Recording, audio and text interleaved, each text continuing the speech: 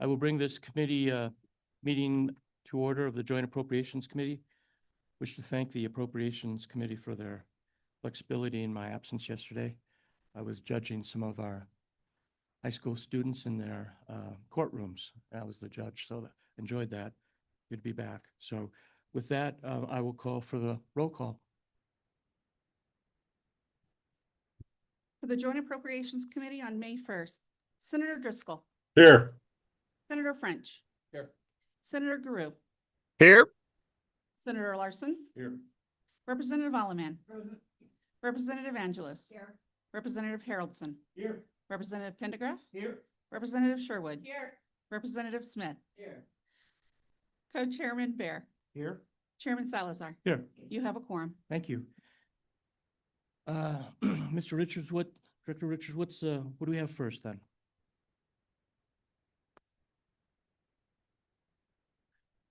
Good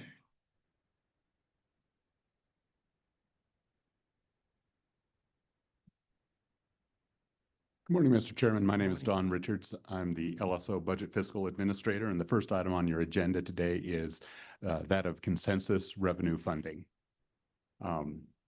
This was an interim topic that is a subpart of interim topic number 1 related to the Wyoming Business Council, and the Joint Appropriations Committee was specifically directed to assess the benefits, distribution methods, long-term funding sources for a county-wide consensus funding program to assist communities with predictable capital planning resources.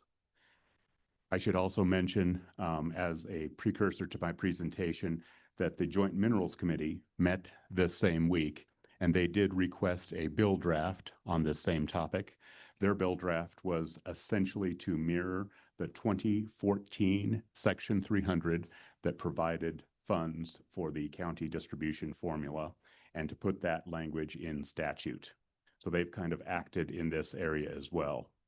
In the course of my presentation, I'll briefly touch on the history of this program, the variables for the distribution, some related programs, and the permissible uses. The history of the program appears on page 1 of my memo to the committee. This program was in place for 10 years or 5 biennia. A total of $369 million was appropriated over those 10 years. There is really no trend or specific rationale for the amounts per biennium. You will see that they vary dramatically from about 19 million to 190 million in a biennium. I think it might be best described as a negotiated result based upon available funds in each biennium. If you do average them over that 10-year period, it averages to $73.8 million, not inflation adjusted, which just happens to be about the same amount that the legislature appropriated in the last biennium that this was effective, that being the 2015-2016 biennium. The variables used appear on page 2, table 2. And these are the methods of distribution to cities, actually to counties. And you will see that it started off with an equal amount, maybe a base amount that all 23 counties received, and then a per capita portion.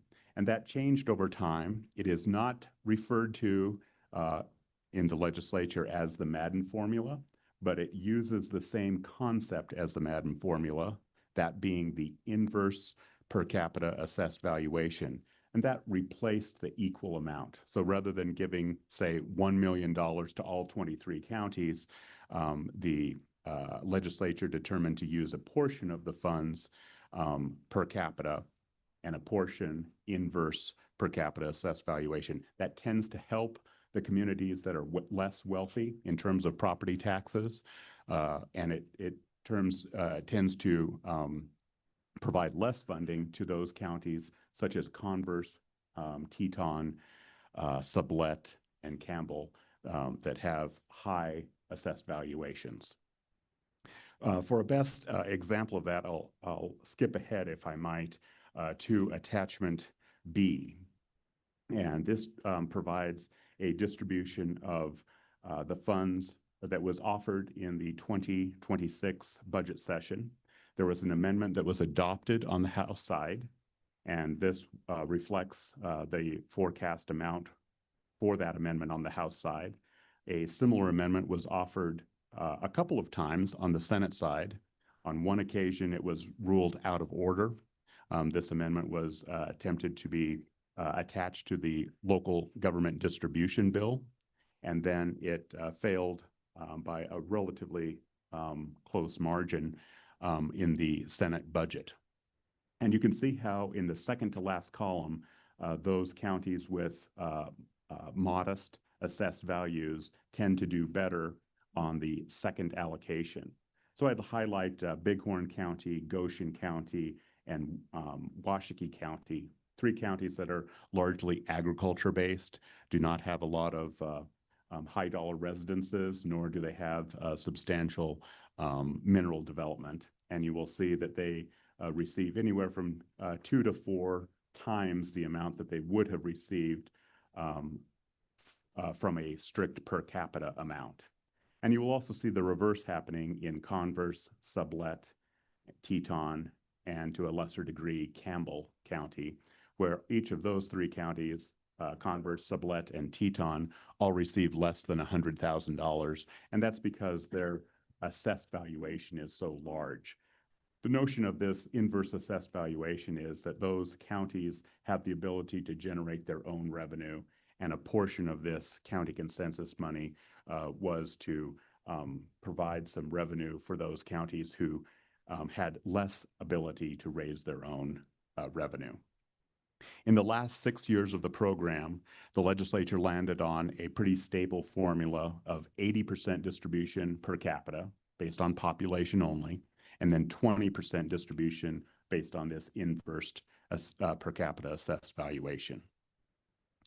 In terms of once the money is available to the counties, there are two critical components here. 70% of the incorporated population plus the county commissioners had to agree on the projects.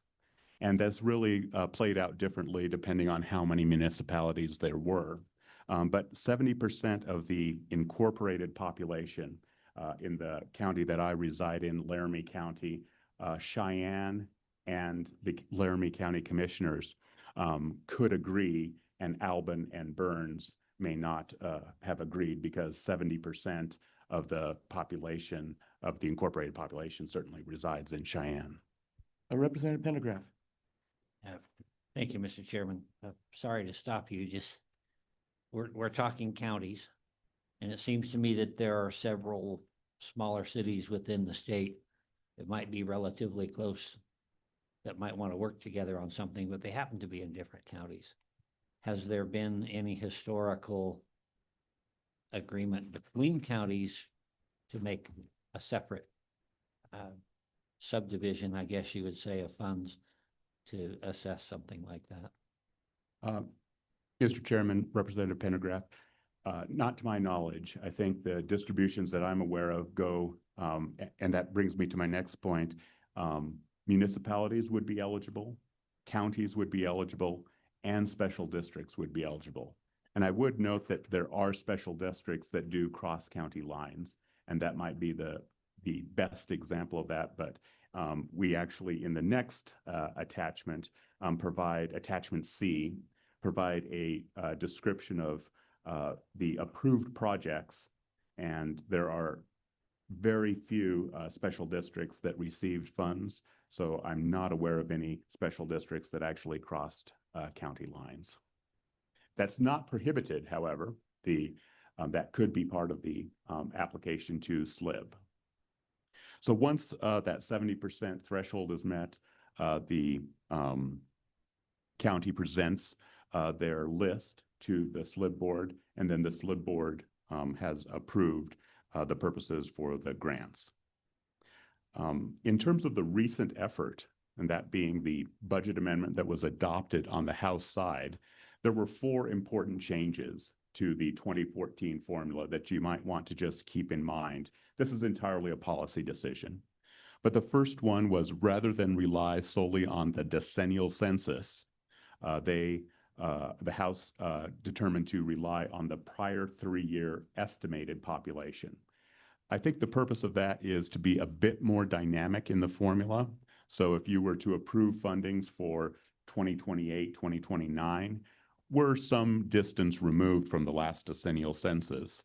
And there are some communities that have grown substantially more and others that have grown at a less brisk pace. So this 3-year average of the estimate might be a little bit more conforming with the growth on the ground. So Lincoln County, as an example, both in the north and south, is probably growing faster than the average community. Next, they changed the distribution of how the money would be adopted at the county level to 50% of the municipalities, not 70% of the incorporated population, but 50% of the individual municipalities.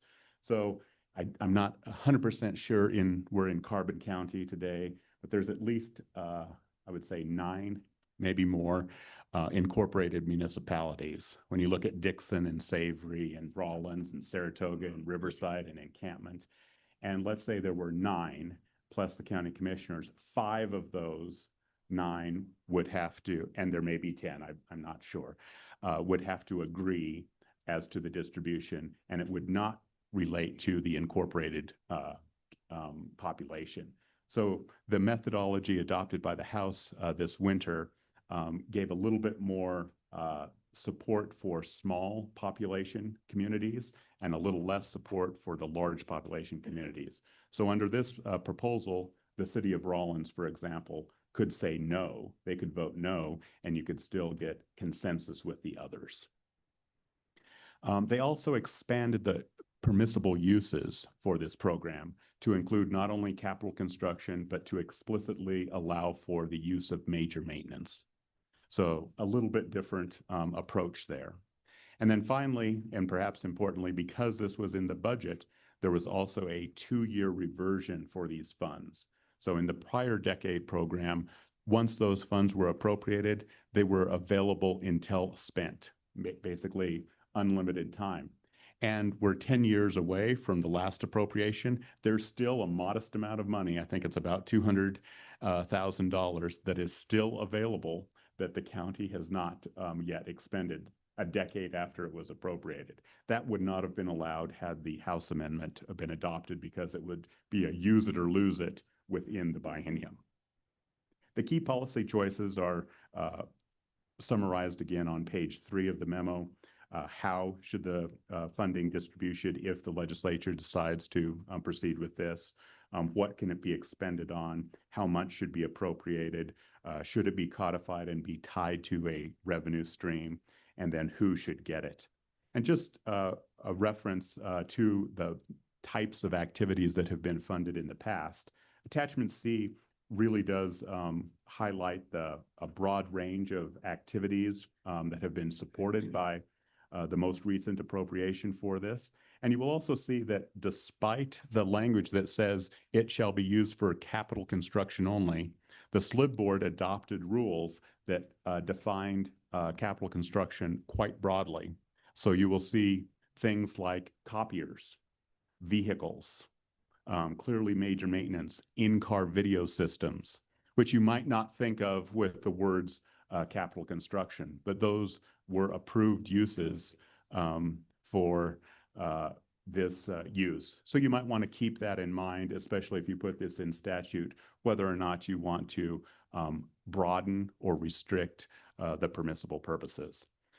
Finally, to close my comments and before the representatives from the counties and municipalities join the table, I on page 4 identify some related programs. They are not identical. They are not substitutes by any means, but they are related programs such as the direct distribution funding that the legislature recently codified in statute.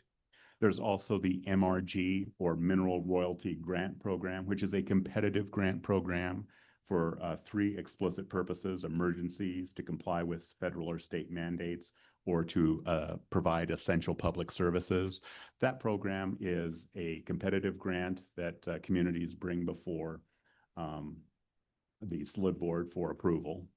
There's also the BRC program that is still in statute. The Business Ready Communities, which is directed more towards expansion of economic development. And there's also a dormant program related to community facilities targeted at primarily schools or other buildings that are no longer being used for their original purpose, but there's a desire at the community level to repurpose those for something else. Those are related programs. This is not an exhaustive list, and because water was such a topic of yesterday's conversation, there are other separate programs for both highways, roads and streets, and water development that are separate and apart from these more generic programs. With that, Mr. Chairman, I'd be happy to pause for questions. Any questions? Mr. Co-Chair and then Representative. Thank you, Mr. Chairman. Director, there was some discussion yesterday during public comment about the definition of building, and you just mentioned that this program in the past had a really broad view of capital construction. Have you thought since yesterday's public comment about how we as a committee might be able to put some sideboards on these terms so that we can really ensure that the money's being spent in a way that we intended it for it to? Is it going to be so cumbersome to put in statute that we really don't want to do that?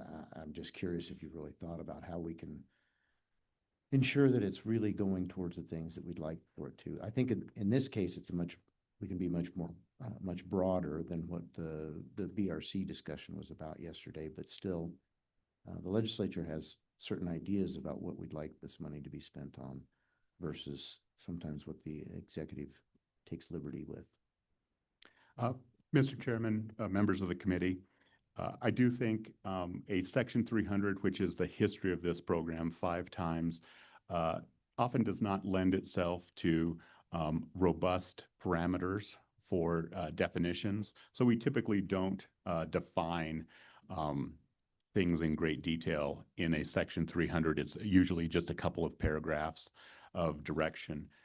Contrast that with the MRG program or the BRC program, and even the recommendation or request by the Joint Minerals Committee earlier this year. I think all of those are either in statute or being proposed to be put in statute and would have more robust sideboards, as you referred to it, as to what is and is not permissible. And that can be either broad or narrow at your direction. I'm going to call on Representative Harrelson. Senator Guru and Senator Driscoll, I see you. Please just get my attention if you have any questions. So Representative Harrelson. Yeah. Thank you, Mr. Chairman. We'll go with Representative Harrelson and then Senator Larson. Thank you, Mr. Chairman. Don, thank you for this. So Section 300, it stated it lived in the Section 300.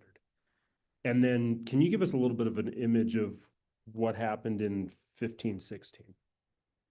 Into 17, 18, like what was it? Just economic downturn? Obviously it was before my time. If you could just give us a little bit of color on that. Mr. Chairman, I think you hit it spot on. It was an economic downturn and availability of funds. The last time this was appropriated was 2014 for the 15-16 biennium. The next opportunity naturally would have been 2016. It turns out that 2016 in Wyoming was a larger decline in revenue than either COVID or the Great Recession. It was a substantial decline in commodity prices at the time. And so there was just not the availability of funds. And my recollection was that this program was somewhat less passion from the municipalities and counties than the direct distribution. And there was the direct distribution continued, and this one was sunset. Well, yeah, not continued. Yeah, please. Thank you very much, Mr. Chairman. Follow up on that. In the bill draft that we got from Minerals that they've requested, did they put an amount in there, or was that like, is it a deal where they requested a certain amount to be placed in that draft, or is it kind of open to the status of the state's finances. Mr. Chairman, I did speak with the staff from that committee, and staff's interpretation of their request was to mirror the 2014 Section 300, but to put it in statute. And all of these choices, meaning how it would be distributed, the amount, the purposes, would be available for the committee to modify at their next meeting. It just happens that the 2014 law appropriated $70 million. So that may very well be a placeholder, or it's possible that they just put XXX, not to make any recommendation there. Senator Larson?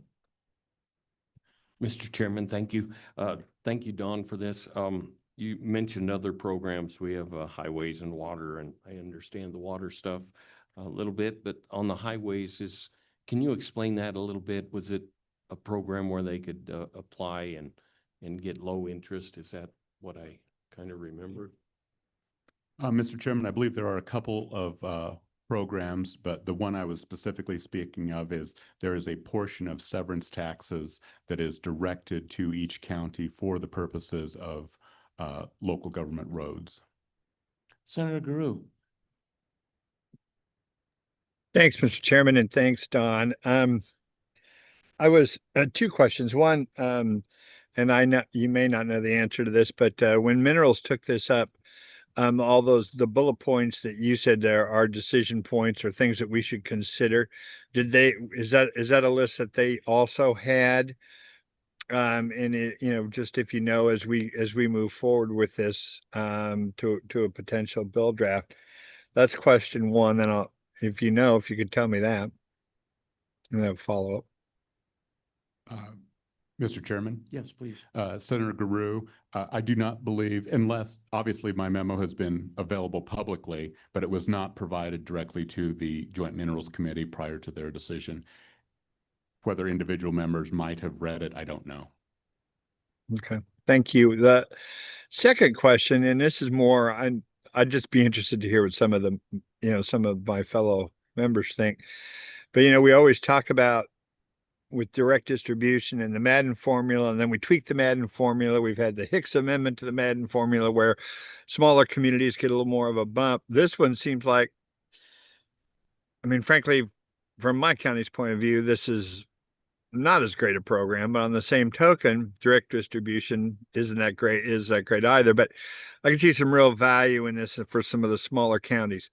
And so I'm wondering, and as we go through this and talk some more about it, but maybe this combinational approach might be something where one program helps smaller counties, one program helps bigger counties, and be able to try to tailor it that way instead of trying to shoehorn each individual one to fit everybody. And so anyway, just a thought. Thank you, Mr. Chairman.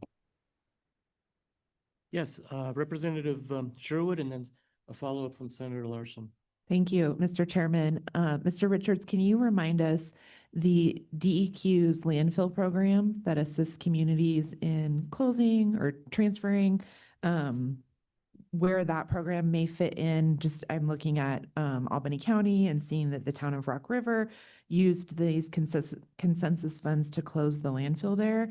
Was that prior to or in conjunction with the existing DEQ program? Mr. Chairman, Representative Sherwood, I believe that this was prior to, so there was a more formalized program for the closure of solid waste facilities that now uses the 1% or a like amount of the 1% fuel tax that had previously been used for LUST, that being the leaking underground storage program. Most of that work has been completed, and there is an opportunity for a revenue stream to be used going forward to finish up those solid waste facilities. I believe that transition was ongoing around the 2015, 2016, and it was not what I'll say is robust, but there is now a competitive application process, and you get on the list with DEQ as you described. And I believe that the larger programs come before you every 4 or 6 years, and you approve those after DEQ ranks them as to priority. Senator? Mr. Chairman, thank you. I hate to go back to this, but I thought there was some dollar amount there that cities could apply for loans for like infrastructure, roads and under pipes underneath the roads and that sort of thing. Is there something out there and they could get a low interest? Yes, Mr. Chairman, Senator Larson. Yes, there is a separate program. I believe it's called the Main Street program or something similar to that. It is a loan program. It was actually spearheaded by your predecessor from your district. I believe there's only been 1 or 2 applications, one being from your area.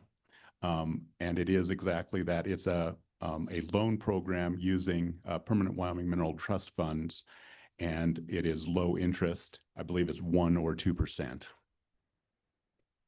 Anything else? Anyone else? Yes, Representative Allen. Thank you, Mr. Chairman. In the Senate bill draft, do you know, are they basing the distribution on population or the number of communities? Each community gets 1 vote plus county 1 vote. Do you know which way that's flowing at this point? Yes, Mr. Chairman, Representative Almond, they are, as their initial draft, are following the 2014, which is 80% per capita, so 80% based on population, 20% based on inverse assessed value. So the majority is going to, the larger populated areas, but there is this attempt to assist the less wealthy. And then they requested the 2014 Section 300 language, which is the 70% of incorporated population. Yeah, please. What is the attempt to help the smaller communities?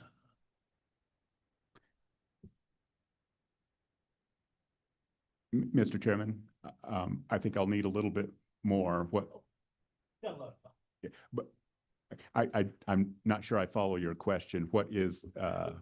Well, you said that minerals was looking at the 80%, but then they were attempting to help the smaller communities. And I was just wondering what that attempt was. Thank you, Mr. Chairman. I think I created the confusion. They followed the 2014 distribution methodology, and that distribution methodology provides that 20% of the distribution is directed towards the less wealthy communities. That's not necessarily smaller in size. So you could have situations like Worland or Torrington, which are, in the top half, maybe even the top quarter of size, but they do not benefit from either very expensive residential, commercial, or industrial facilities, nor do they benefit in their surrounding areas from mineral development. So it's based more on wealth versus size. Who else? Anyone else? Okay. Thank you, Mr. Chairman. Yeah. Who do we have up next?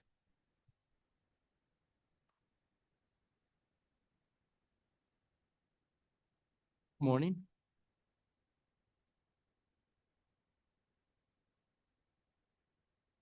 Morning, ladies. Who wants to go first? Want to go first? Good morning, Mr. Chairman, members of the committee. I'm Jeremiah Riemann here on behalf of Wyoming's counties. Very happy to be joined by Ashley Harpstreet, the Executive Director of the Wyoming Association of Municipalities, and Beth Blackwell, who is currently working with the city of Newcastle and has a great deal of knowledge about this particular program. So excited that she's here. We each have a number of members in in the audience. I've got three commissioners sitting behind me, two of our Carbon County commissioners and one from Sheridan County. I will say that none of them have experience with this program, save Gwen Bartlett, the Carbon County commissioner. She was the county clerk at the time that this program existed. But for your benefit, you have two members, particularly on the Senate side, who were county commissioners during the heyday of this particular program. And so they can certainly fill in gaps that we may leave as part of this process. Mr. Chairman, I hope your visit to the state penitentiary was good last night. I will say that my brother is the lieutenant over the Fremont County jail. So if you ever need a visit there, I'd be happy to arrange that. And I promise he will not lose the key. Mr. Chairman, I would be remiss if I didn't start the conversation this morning with a thank you to all of you for the work that you did this last year relative to direct distribution. That was I like that, did you? we do. I thought you would. We do, and we're deeply appreciative of the work that we were able to land at the 8% that had been proposed. That is going to mean a great deal to communities moving forward, and look forward to also working with you on this particular topic to continue our effort to support local governments and, more importantly, local communities and the people that live there. Mr. Chairman, I appreciate the conversation you had yesterday, as well as what you've had so far this morning, because part of our intent here is to hear from you some of the things that you want to see embedded in a formal proposal from us back to you relative to this program.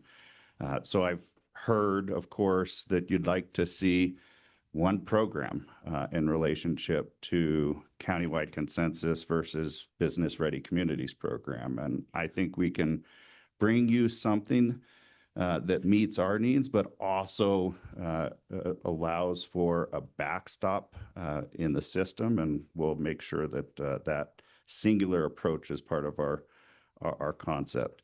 Definitions are important, and we'll certainly make sure that we work and put our heads together on what that should look like. I don't know that it's any of our intent here. Mr. Co-Chair.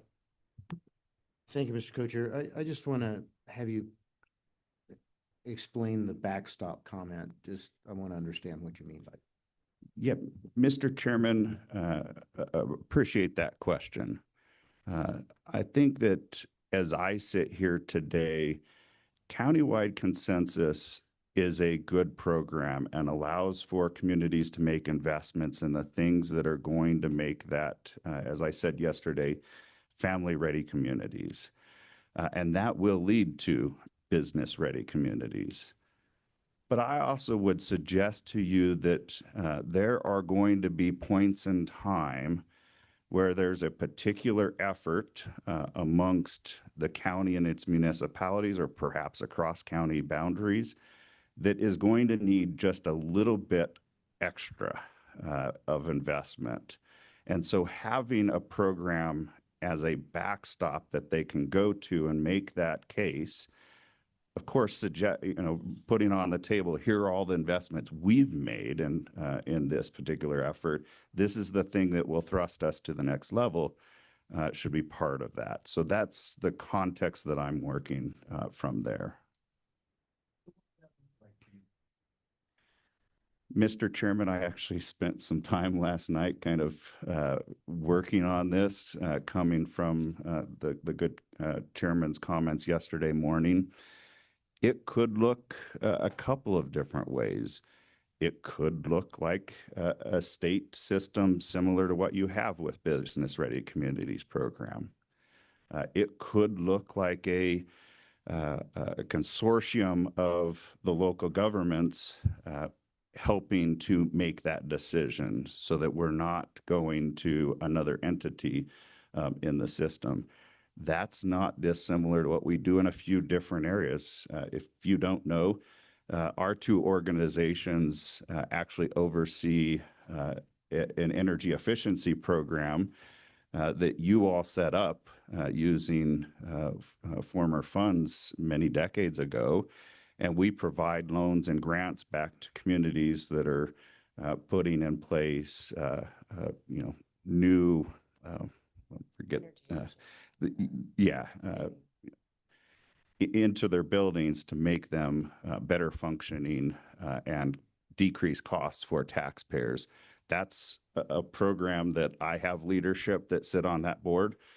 Ashley has leadership, and we make decisions to put those on the ground. We also have the County Road Construction and Maintenance Fund, where we actually oversee a group of governor-appointed individuals that actually grade counties, every one of the counties, on how they're utilizing their county road funds. Are they using those appropriately for the things that you have set in statute? It's pretty tough for me to send a red to a county, but we do it because we want to make sure that they're properly using those. So that might be a model that we could use. But I would propose that we would come back to you with some options of what that could look like for you to choose from. So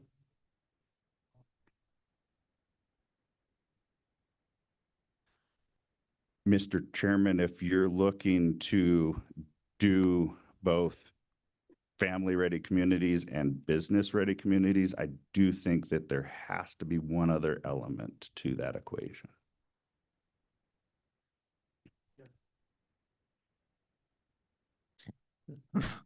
Thank you, Mr. Chairman. In the last couple of years, there has been a bit of a struggle between the school districts and the legislature. And the legislature says, we're going to give you some money. We want 8.5% to go to the teachers. The school districts say, we don't have to listen to that. We'll do what we think's best. We have local control. So there's that balance back and forth. And I think this has the potential for a similar situation. Chairman Bear mentioned earlier having some definitions. And I guess I would lean personally on the side of making it a little narrower in scope to begin with, because it's human nature to try to make something fit where it may or may not have been intended. And if we do that, yeah, it does lead to, well, maybe there needs to be a different program for roads, different program for water, that sort of thing. So we have this constant struggle between those of us who are responsible to the taxpayers for the money in the first place, and those who want to use it for what they think is best because they're on the ground. So bearing that in mind, what sideboards immediately do you think, where do we need to focus? What's the greatest need at the local level that is going to make this program go, but not just become an all general handout? I hope that makes some sense. Yep. Mr. Chairman and Representative Pendergraft, I don't want this program to be broad-based and essentially the same as direct distribution, because we just went through that conversation. That is for general purposes of the local governments. I look at this as a program that's investing in infrastructure and capital improvements in your community. And so I am firmly behind you in the notion that we develop a definition that helps to focus what that is. I don't think it's my intention that counties and others are using this to buy copiers. I'll just put that out there. I don't think that's what any of us are looking to do here. And so I would like to work with you and propose some options for what that could look like. That said, I do want to make sure we have a little bit of flexibility there, that we don't then become that this can only be used for roads and it can't be used for other issues that are infrastructure related.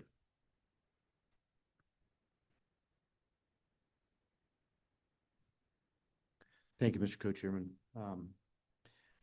I really believe in the KISS principle. Keep it simple. You can use whatever you want for that last S.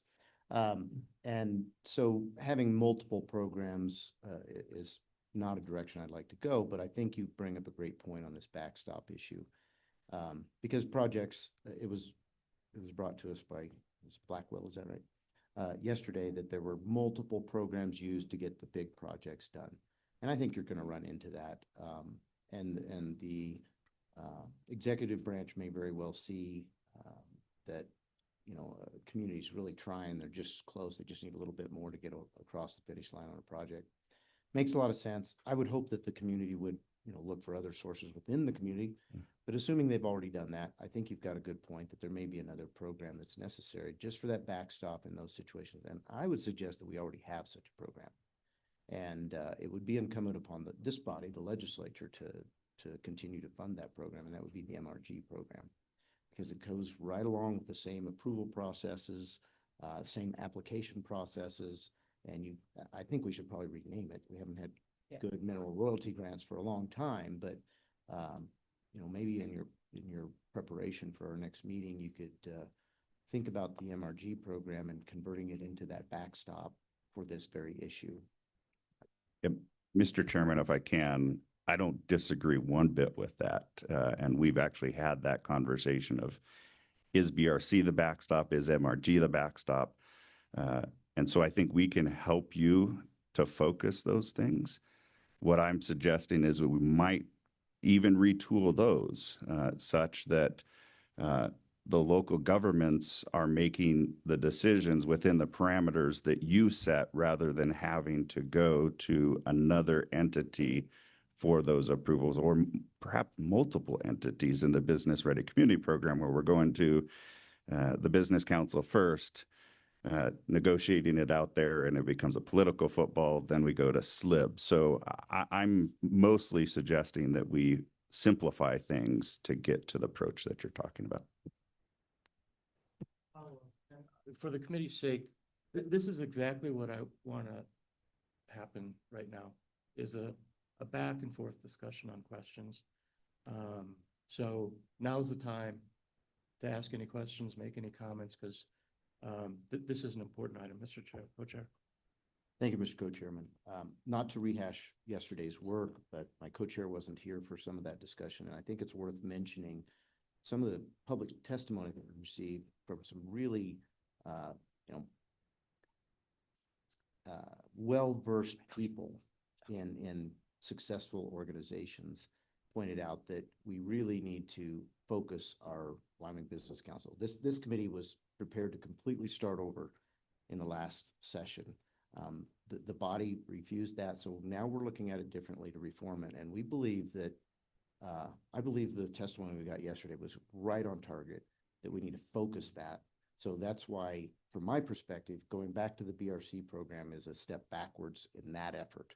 So as we talk about this one and this backstop that you brought up, I would encourage you to stay away from making more complexity for the Wyoming Business Council. I think we can really make that a successful organization if we get it focused on something outside of the communities and that support that we're trying to address with this particular model that we're talking about for these consensus grants. So I just wanted to put that in there, that let's not go back and create more complexity in the Wyoming Business Council while we're doing this. And I think, to your point about multiple approvals, I don't want to get away from the elected officials having that final stamp. My understanding from comments that I've privately heard from Ms. Blackwell is that it basically was, the consensus grant program was basically a rubber stamp by the SLIB board, simply because the communities had already come together and worked out all the details. And I think your point on this second program, this backup, where you get all the communities together for it, it's great if you can accomplish that. But in the end, we already have this system where communities are, it may be competitive in nature, it always will be, but they come before the SLIB board with an application process and say, we've got this need. And I think because the SLIB board will have already heard all of the effort in the initial program that the consensus grants put together, this additional funding that's necessary to get that across the finish line, it again would be very close to a kind of a rubber stamp issue, because all the details have been worked out by that time. At least that's the way I envision it. So do you have Thank you. comments I just about have that? one more. Mr. Chairman, as the administrator also for Wyoming Economic Development Association, and as we're trying to marry all these programs and projects together. Something I brought up to you yesterday and co-chairman that you haven't heard and will get you up to speed on is looking at that Go Utah model. And let's think about the tax structure and how do we flip it on its head and that icing on the cake to get the project over the finish line. And their economic incentive through an increment financing program, I think is something that we should really consider, that there's no money up front from anyone. And the local governments packaged together with the local economic developers and the businesses. And as the project, they basically front load those tax credits. And at the end, if they meet their metrics, then they're rewarded with the credit and incentivized on the back end. And so I'm happy to connect and try to figure out how we get together with Go Utah to understand how they structure that together. And that's no upfront cost to us. Thank you, Mr. Co-Chairman. I did not bring this up yesterday, but there was much testimony on both sides of this table yesterday about, using the resources to really make sure that these plans are well put together. I've had many discussions with Director or CEO Durrell about his staff, and I've been told by him that he's got 5 economists on staff. And I envision, whether it's within the Wyoming Grants Office or whether it's a subset of SLIB, that we have those kind of resources for your local governments. I encouraged the Wyoming Business Council to do this years ago, that if they would go to these entities that are trying to prepare a package for the SLIB board for the MRG grants and help them to do a cost-benefit analysis before they present it, it would be helpful. Because let's face it, when local officials first get elected, they've got great ideas, they want to bring them to the table, or maybe somebody comes to them and sells them on an idea, and they're energetic, and that's the people we want to promote these good ideas for taking our communities to the next level. But sometimes those ideas are not really well vetted, and a local community doesn't have the resources to do a simple cost-benefit analysis, and we need to have that. So I envision that as we develop this program, that there will be resources for that. Those can be used for the application process so that by the time it's brought forth, and I think when you're doing a vote on a consensus grant, having that information before all the communities come together and say, we like your idea, we don't like your idea, they should be able to measure that out based on a cost-benefit analysis. So encompass that if you can in your plan, because I envision that that's going to be critical. We heard it over and over yesterday that, put a good plan together first, right, and you'll accomplish great things. We can use that energy that we get from newly elected people that have great ideas, and we can really streamline it into something that's successful. I think the water study that we've commissioned, that's going to be done in 4 years, I hope we get some information along the way, but that kind of data will help those consensus grants to be really focused on the highest of priorities, and the money will be spent in the right way. And hopefully we can continue to go in the right direction. Mr. Chairman, my sophisticated economic developers are doing that currently. And the ones we talked about with needing the capacity, absolutely. There are resources available at the Business Council that do those economic analysis already. Could it be better? Probably. Well, if they're providing it for free, then I'm all for it. Yeah. Better that than government. So. Mr. Chairman, board or committee members, just to answer some of the questions that were asked earlier that I can provide information on related to organizations that cross county lines. Deaver and Franny are specifically ones that pulled from both counties that they are located in. So that is one instance that I can share where they pulled from 2 different counties and worked together.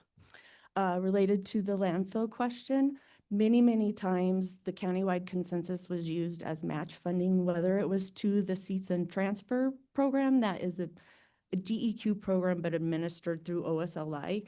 That program, you pass a prioritized list every 2 years, I believe. It may be every year, I can't remember. That list prioritizes the closure and transfer stations that will be built through that program.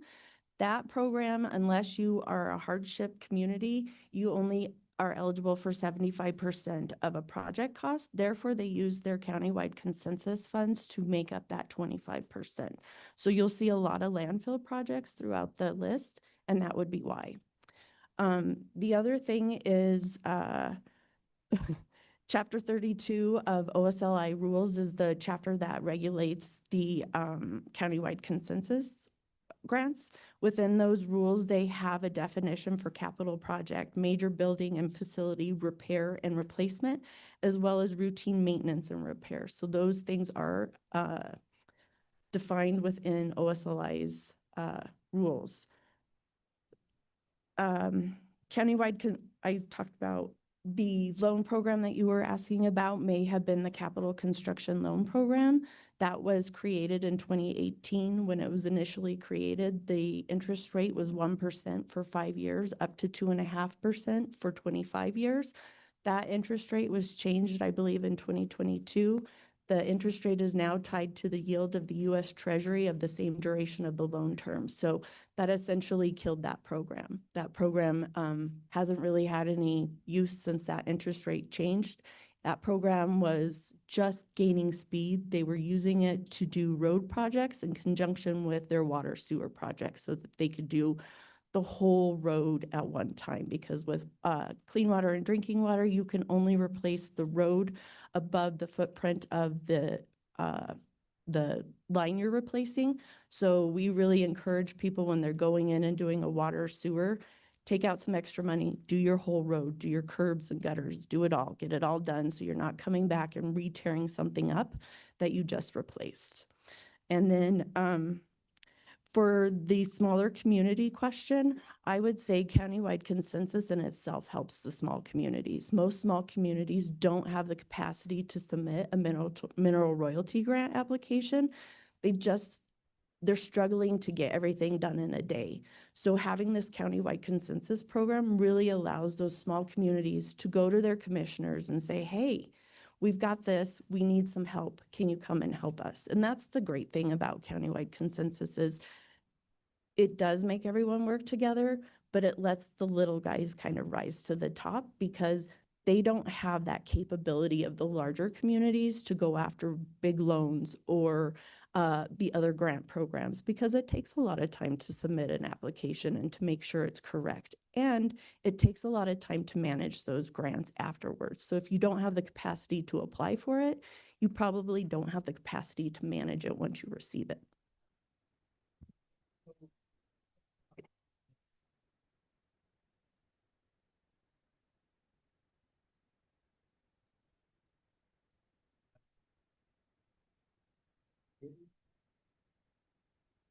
Yeah, Mr. Chairman, I'm not opposed to the notion that MRG could be a backstop of this nature. I would want to come forward with you with perhaps some recommendations of how we might modify that program to do some of the things that we all are talking about here, and to ensure that and I don't want just a rubber stamp, and I don't think that that's what anybody's suggesting here. But I do want a program that if we have met the methodology that you have set, that the SLIB is making approvals. So they're really kind of grading us. Did you meet all those approvals? What I want to avoid is that we have some of the political wranglings that we often see relative to projects coming forward. And that's that. When I say political wranglings, it may be our members wrangling over which one should be the top priority project. And so I want to just try and clean that up for all of us for the benefit of communities, if that makes sense.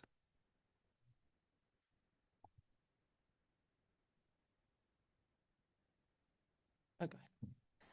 I would say MRG is a special thing, and everyone would, I probably agree, this iteration of SLIB is much different than prior iterations. MRG meetings used to be really exciting. People would come in and truly communities work together. If there was a project that was they needed $100,000 and there was only $50,000 available for them, people would get up and give their money back. So MRG is important. And MRG is that safety net that communities have when they have an emergency, when they have their sewage going into their river, when they have their water tank about to collapse. That, I think, MRG gives communities a sense of security in knowing that if all hell breaks loose, I can go and ask for help. And the nice thing about MRG is the office and SLIB have regularly held emergency SLIB meetings to consider emergency applications when there is a true emergency happening. And so I think while the MRG program can be amended, I don't think you can get rid of it. I think in some element, that emergency element has to stay somewhere so that communities have that comfort level. And the other thing I would say is there will never be enough money to take care of our water problems. And so as long as we have MRG and we don't have some very special large pot for water sewer projects, specifically sewer projects, because the only place that there are money for sewer projects is the MRG program, the Clean Water program, and maybe Business Ready Community. We don't have a water development for the sewer side. And so until those water projects aren't the sole focus of MRG, we're struggling. Because when I started at OSLI in 2012, I had a budget of $32.4 million, and that budget has decreased for the MRG program ever since, and only project costs have gone up. So I think the problem here is every source of funding that goes away is a hardship for a community to figure out, how do I make up that difference? Because like I said yesterday, we lack the population to generate the revenue necessary to do those very expensive infrastructure projects. And for the small communities that are very rural, those costs are even more exorbitant because of mobilizations. Trying to get all your equipment there and the supplies, that increases the cost. And so a lot of times our small communities are left doing very small projects, which raises the cost to these projects because they'll do a mile rather than 5 miles. Or they only can bid out a mile. And so people don't want to take that bid because that's a short project. They can make more money going to a bigger community doing bigger projects. And so our struggle in Wyoming with our small communities is, how do we entice people to want to go and do those small projects in those communities? That is a struggle, because truly bigger projects make them more money. It's easier for them. And I don't know how you fix that. Mr. Chairman, just might I remind you, just recently we had the MRG project for the bridge in Du Bois to the fairgrounds, and you know what an economic driver that is. And we were very appreciative, but that was, only 300,000, but you know what that means to the town of Du Bois's budget. She just really eloquently stated that. I also would note one of the most recent MRG applications was a hospital district in the basin just asking for carpet maintenance. That is honestly a result of our low mills, the mill collection and the reduction on property tax and the structure that some of these special districts are set in when they're only dependent on property tax. And again, I'm not here to argue the policy because I think it was needed with our high assessments, but we have a tax structure problem. But that's right. I don't know how we fix it with our low population base. Let's go with Representative Pendergraft, then Representative Harrelson, and then Representative Sherwood, and I'll try and get some senators too.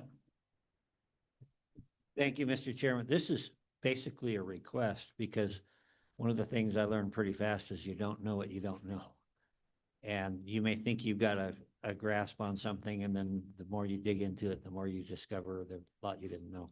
So WAM and WIDA have provided a very nice set of slides here on the consensus program. Thanks for putting that together. We've all worked through the direct distribution program pretty thoroughly. I think we're all pretty familiar with that one.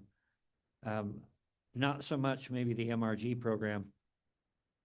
And then when it comes to this community facilities program, I really know very little about it. And I think if we're going to make some educated decisions here, I need more information on those. So whether if LSO or if WAM would be interested in producing a similar thing on the MRG and the CFP programs, that would be helpful, at least to me, in trying to catch up to some of the folks who have been here a lot longer. Thanks. Thank you, Mr. Chairman. Not trying to dig up yesterday at all, but me personally, having worked through the MRG process with my communities, it's invaluable. When you're sitting there literally looking at, when you got everything on the table and go, well, there's nothing left. We've already increased our water tax fee. We've already done this. We've leveraged the sixth penny. We've done everything from coffee cans in Arby's to, like, we just don't have any options, right? And to sit there and be able to go, wow, there is an option. There are some places to turn. I think that's incredibly important.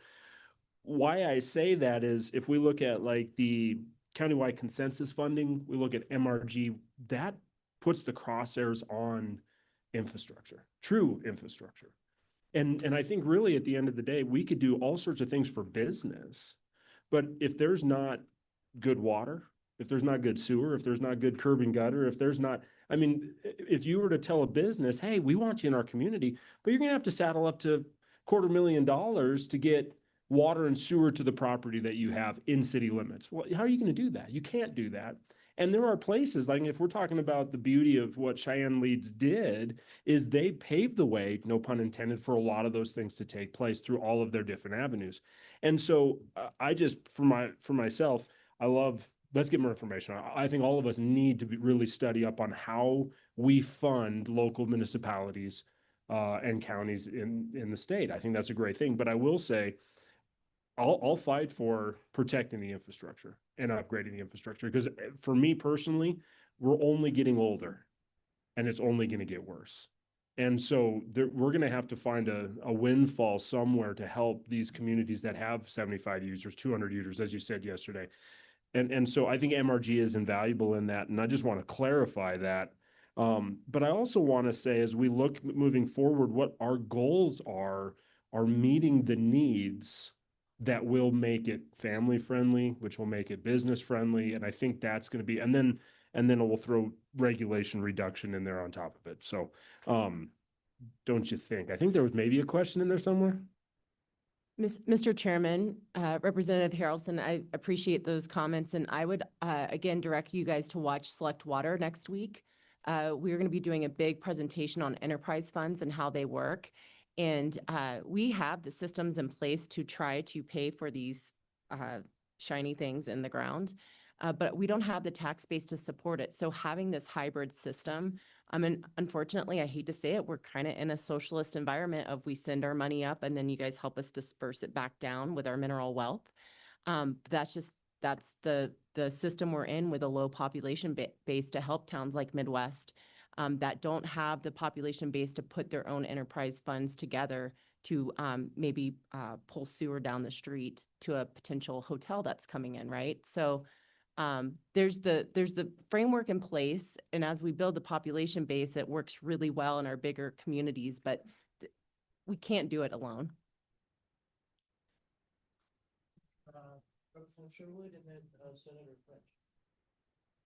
Thank you, Mr. Chairman. And I really want to thank the committee for this great Q&A. I think this is a really productive conversation, and thank you for bringing your institutional knowledge and perspective at the local level to the conversation. I do think that we're kind of starting to touch on this bigger need and question for tax reform. If we're not willing to do that lift, then we're saying we're going to create programs to help our communities, but we also may be creating a more dependency on the state, and there's some challenges there as well. But as we move forward in the conversation, my question is specific to, the policy consideration of Should this appropriation for the Family Ready Communities Program, love that phrase, thank you. Should the appropriation be tied to a specific revenue source? So that's something that we'll really need to get into and discuss. And it's a two-part question. That's the first. And then should there be metrics attached to, is the local community leveraging all of the existing tools? So are they, and thank you, Representative Harrelson, for mentioning this, going after that fifth penny, that sixth penny, are they using the quarter-cent economic development? Should there be some sort of, are you using your local tools first before coming to the pot of funds for the Family Ready Community Program? Thank you. Mr. Chairman, Representative Sherwood, when it comes to a matrix, like everyone always asks me, can't you create a matrix for MRG? It's really hard to create a matrix given the vast difference in our communities, whether it's population, whether it's whatever county you're in and your taxes you receive. And then it's hard to compare a water project to a sewer project, to a fire truck, to an ambulance. They're all necessary. And so I think it's hard to create a matrix to evaluate projects on in that sense when you're looking at it as a big picture. I think it's very important to make sure that people are charging appropriate rates on their water and sewer. We still have communities within the state or water systems in the state that charge $25 for all the water you can use in a month. That's not okay. One of the exercises that I went through with the city of Newcastle when I started was we evaluated what it costs to generate 1 gallon of water. And then we evaluated what we were charging for that 1 gallon of water to make sure that we were charging more than it costs to generate that gallon of water. If you're not doing that, then you are going to run your enterprise account into the deficit. You're going to have to supplement that, and that is not appropriate. Actually, law requires that those be self-sufficient. And so that is really a problem when you look at rates, because as I said yesterday, sometimes for a system to charge appropriate rates to pay for maintenance and save for improvements is not economical for the community. They're not going to pay their water rates because it's too high. And so it's difficult when you come into those situations when you're trying to compare A to B, when sometimes it's apples to grapes or to a tomato, or so it gets hard. But I think it's also difficult for a community when they go out and ask for a tax and the voters vote it down. If a community is doing everything that they can, you can't penalize them because their voters failed to vote for something. So I think sometimes you've got to, while you want to look at what they're charging and the taxes they're charging, you also kind of have to look at the past and see what they've done to help themselves. So for the instance, like right now, Weston County is working on getting a 6 penny on the ballot because we need money for roads. So food for thought. Mr. Chairman, if I can just add a couple of things. Appreciate you bringing up the funding model. That is one of the concepts that we're working on. I know that some in the conversation during session suggested let's perhaps look at a trust fund and use that as the model that then funds back down. Just for your edification, it would take about $600 million to $1 billion of a trust fund to generate the roughly $55 million in annual funding that the budget amendment this past session suggested. So we can certainly put that out there as an option for you, but that's just some context there. We'll also bring forward other concepts, whether that would be above the cap severance or sales and use tax. We'll try and model all of those so that you have some better information for the next round. I do also want to just briefly touch on the tax notion. Tax locally. Don't necessarily disagree. I think that Beth brings up some really good points there. You also have to understand taxing capacity too for some of these jurisdictions. If you're Niobrara County and you're being forced to assess your fifth or sixth penny, you may only be generating a pittance, and it's quite an effort to go out and get that put in place in order to move forward. I also would just caution, as we talk about that, that we're talking about increasing taxes back home, and Beth will appreciate this because she and I had a conversation during the ARPA days. There was an initial round of some of that local granting back that suggested you had to assess all of your mills in order to be eligible for the program.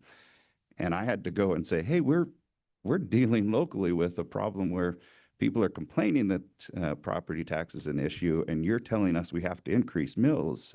So thankfully, we worked together and got that provision removed. But you know, as much as some folks have thought that locals weren't concerned about mill levies, we were, and we were making sure that you didn't impose on us these tax increases as well. So that, Mr. Chairman.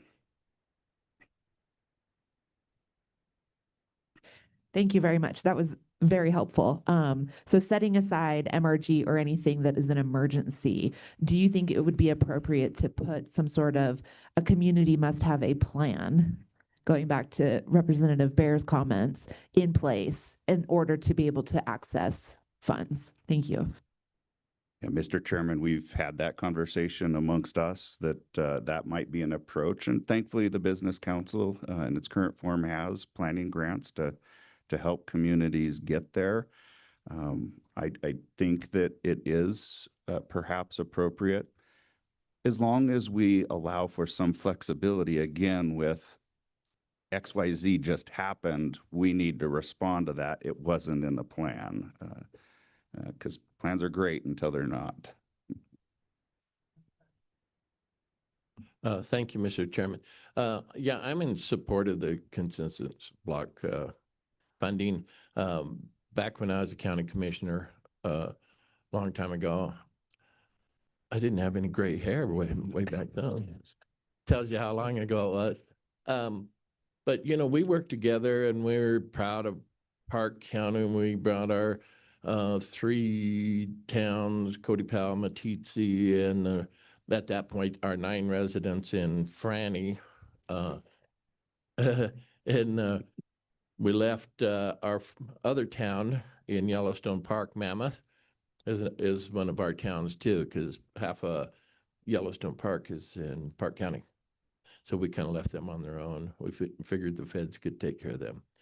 And so we got together and we would discuss, the town of Cody would discuss, well, this is what we'd really need. Powell the same, Meeteetse, even I remember one time everybody kind of agreed on a project, and we thought, well, our good folks in the rural next to the Montana line up there, growing community, not even a town, just a lot of people moving in next to the mountain. And Powell Fire was close to an hour away. Cody Fire was close to an hour away. So we decided to fund a fire hall. We all chipped in. We all gave up money that we could have spent because we wanted our community to be safe and prosperous. So we all chipped in. I think every county in the state has that sentiment. They want their county to be well run and do well. So that consensus, I would like to see WAM and the association really work on some sideboards for us, because, you know, under that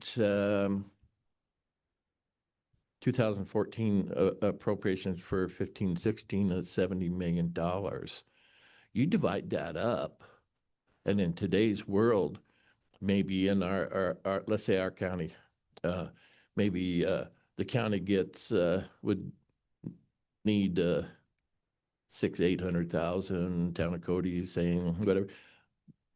Over 2-year time, in today's world, that doesn't go very far. I mean, it helps, some kind of sideboard that, you know, a project can run for maybe 2 bienniums, and then you have to, you know, something like that. Some good sideboards, not for administration, but way back then, we had the most county roads in the state, because in our farm area around Powell, every county road, every mile, both ways. And that adds up really fast in a big county like Park County. Well, back then it was $65,000 a mile to chip seal. I don't know what it is now, probably double that. I have no idea. I haven't asked or more. So, you know, these funds, well, great, will only fund smaller projects in my view. Now, so funding's a major issue. But if you guys could do some good sideboards for us, not a whole lot, don't make it super complicated, would be very helpful. But I truly supported it. It worked out well for all those years I was the county commissioner up there. It made us, and what I liked about it was the whole entire county had buy-in on it, because you could go to your city council in each city and watch their discussion and put your input in. You could come to a county commissioner meeting, same thing. You could, you know, when you're county commissioner, they'll even ask you questions at a funeral. Those I didn't really, I'd always, please another time. So you're accessible so that, you know, everybody has the input into it. And I thought it worked really well. So if you could help us out, thank you. So for the committee's information, I'm going to break at 10, and then we are going to start the retirement system at 1:15. But I want to give you folks at the table the last 10 minutes for any comments. So please go ahead. Mr. Chairman, we've already scrapped the presentation, perfectly fine with that. Maybe I might use this time just quickly to address what I think are the things that we will be working on to prepare a formal proposal to you. And I apologize, these won't be in any particular order. They're based on just the order in my notes. As we've indicated, we would like to ensure that this program includes major maintenance. A key critical thread for us there really comes from the example you all have with school facilities. By having that investment, you're now taking assets that had a projected lifetime of 25 to 50 years out to 75 years and beyond. And it's a pretty small investment year over year in that, but it reaps great rewards. So that's one of the reasons that we'd like to ensure that that is part of it. You've heard about the shift that we're proposing to go from 70% of the incorporated population to 50% of the municipalities. It's in the presentation deck. The main reason is we have a few municipalities that are pushing up on that threshold. One, in fact, is already over it. The city of Casper is 74% of Natrona County's population. That means that you would take just one municipality in the county to agree when you have 6 municipalities in that jurisdiction. So we had a collective agreement that just didn't seem like the right approach. Where does the 50% threshold come from? All we did was steal from the existing sales and use tax structure in order to move those forward. So it's a concept that's already out there. One thing that I'm cognizant of is a desire to help those hardship communities. So you'll see a chart in the deck where I just did a simple allocation to those communities and what that could look like. It was super simple. And so that is part of what we're looking at, is how do we ensure that all of our communities benefit from this? And I'm cognizant also of what Senator Grew is bringing forward of large communities have large expenses sometimes. And so we'll make sure, or we'll do our best to try and balance all of those interests. I've heard very clearly the desire for a singular approach. We'll work on that. We'll work on definitions for you so that there are some sideboards to a number of your points. Senator French, you just brought it up. Use it or lose it. Let's move forward. You heard from LSO and Dawn that there are some existing monies still out there. I can tell you when I found out about that a year or so ago from Beth, I went immediately to the counties. Thankfully, all of the counties have used it. But what it really is that they had expended it, and it turns out the project was a little cheaper than perhaps they had budgeted. So you've got some of them that have like $1,500 sitting there, and they just haven't had a project to take back to SLIB, although maybe they should and just get it done with, or you should recapture it. And then, of course, the funding model is the other element of this that will bring some options to you. If I've missed something, I would love to have that, but those are the things that we'll work on in terms of our proposal back to you. Mr. Chairman, just to tag on from Representative Pendergraft's request, I not to push off the work, but just to make sure it's inclusive, is I would ask LSO to work on the community facilities examples, and we can bring narrative of what those projects were, and then same with the history of the MRG.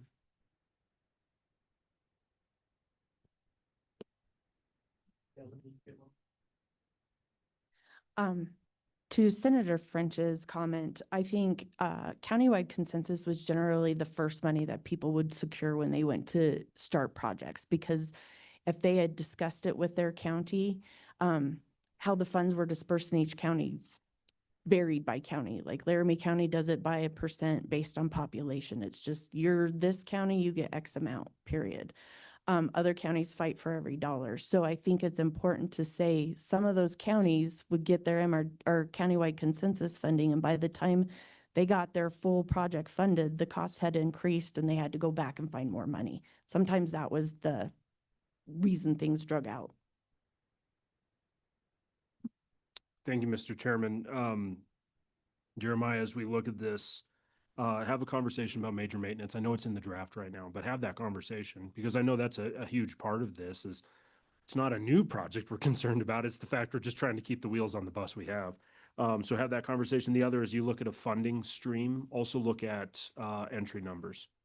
Obviously, in the perfect world, we'd love to have unlimited amounts of funds, but that's not the perfect world, and this is not the reality. So as you guys are looking at funding streams, just give an idea of kind of that way there may be some consistency again for those municipalities and counties to know that this is what you can expect, with the understanding also maybe that if there's just not the economic ability, there isn't the economic ability. So if you could just look at that as you're looking at the funding model, also a funding amount.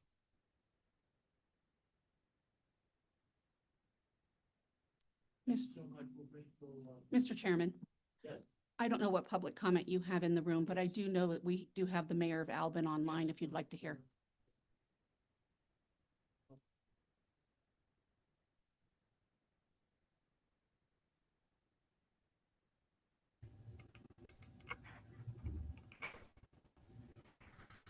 Mr. Chairman, can you hear me? I can hear you. Welcome. Can't see you. All right, Mr. Chairman, committee member, Kelly Craig, Mayor Town Albin. I'm 100% behind the consensus funding, but the main reason I wanted to tell with gray hair, I think I got him beat a little bit on that, but I've models in the past. And the biggest thing we have with small communities is what I want to speak for today. The rules that was set up in the past, one size doesn't fit all, and that's the way it was set up. And I can give you some examples of that. You know, we're a small town. We don't have much paved streets, so we have a lot of gravel. Well, gravel doesn't work. You have to do asphalt. Or an asphalt, we'd have a street. They say, okay, the best way to do it is mill it, overlay it. You'll save money over replacing the whole thing. Well, you go to slib. Slib will pay to have it completely redone, but milling is called maintenance. They don't cover it. Then the next consensus year, it might be flip-flopped. Same on equipment. One year, you can apply for ambulances, all that, police cars and that. We need awards.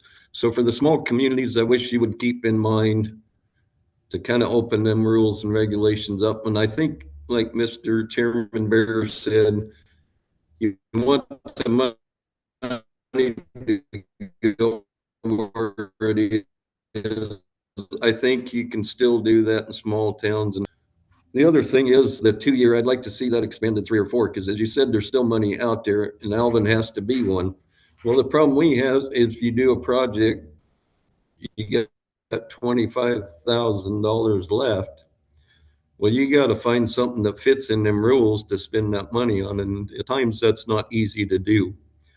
So if you could look at maybe a 3 or 4 year period where we have a little more leniency to try to get stuff on. Thank you for listening to me. Hope you guys take that in mind as rules set forth in this, if we can get this going. And I'd be happy to answer any questions. Any questions? Thank you so much. I think I see my friend, the mayor of Shoshone, Mayor Highsmith. Please, Mr. Mayor, go right ahead. Yes, there again, I appreciate the work the chair is doing and all the committee. There again, I just wanted to touch bases. I believe it's an important component of it is that the municipalities, small or large, are paying a reasonable water rate and not $25 for all the water. I, for one, have raised the water and sewer rate every year as I've been mayor of the town of Shoshone.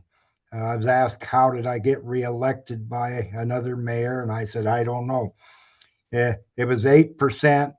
Seems like a big number, but that was 18 votes in Shoshone. So 10 people changed their mind. I'd have been out like last week's trash. But I support this. This is another tool for us to use. And it can be a little harder for smaller municipalities, but if we work well amongst ourselves with the county and other municipalities, it can be a good tool as we evaluate our problems countywide. So I support this, but as always, the smaller, especially the smaller 2/3, most of the towns have maybe more of a difficult fact. There's only 11 municipalities, about over 10,000 people in the state of Wyoming. But I'll try to keep this short. Thanks a lot. Have a good day. Any questions, I'll gladly answer. Thank you, Mr. Mayor. Any questions? Appreciate that, Joel. Appreciate that. Anyone in the room here would like to give public testimony? Okay. Anyone on? Yes, Don. Mr. Chairman, if you're going to take a break, yesterday, when you were not here, the administrators of this building offered to provide a short 10-minute tour during the 10 a.m. break. They have some automotive, welding, woodworking facilities that they would take any interested community member through during this brief morning break. Thank you, Don. That option's available for anyone who'd like to do it. We'll adjourn till 10:15. Thanks.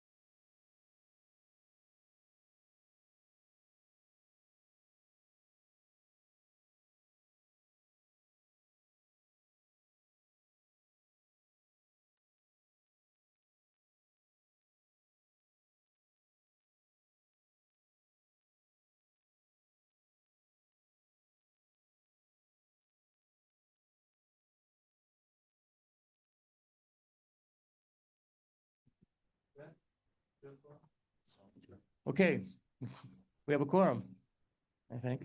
Good. So, Polly, good to have you here. Appreciate it. Next item, members, is the Wyoming retirement system. And Polly, it's all yours. Please take it away. Thank you, Mr. Chairman. Polly Scott, LSO Budget Fiscal. It's nice to be here with you today. I am going to summarize a memorandum that you have in your materials. It addresses the JAC interim topic priority number 2 on the Wyoming retirement system.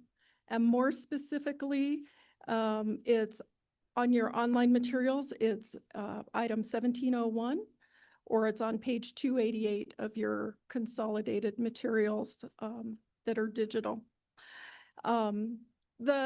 The topic more specifically is about cost of living adjustments, or COLAs. And I'm going to walk you through how we used to award COLAs, why that stopped. We're going to take a overview look at the funding status of our pension plans. We're going to look at what other states do, as well as look at some best practices. So diving into your memo, the legislature adopted in statute a COLA provision that was first effective in 1991, and it was for members of the Public Employee Pension Plan who had been retired for at least 2 years. And the way the provision worked was that the retirement board could award the lesser of the Wyoming Cost of Living Index, the WCLI, or 1%, given that the actuary determined that the COLA was actuarially sound. And that was the provision. Now, the method that the retirement system selected, the statute did not specify a definition for the term actuarially sound. Discretion was left to the retirement system board and the actuary.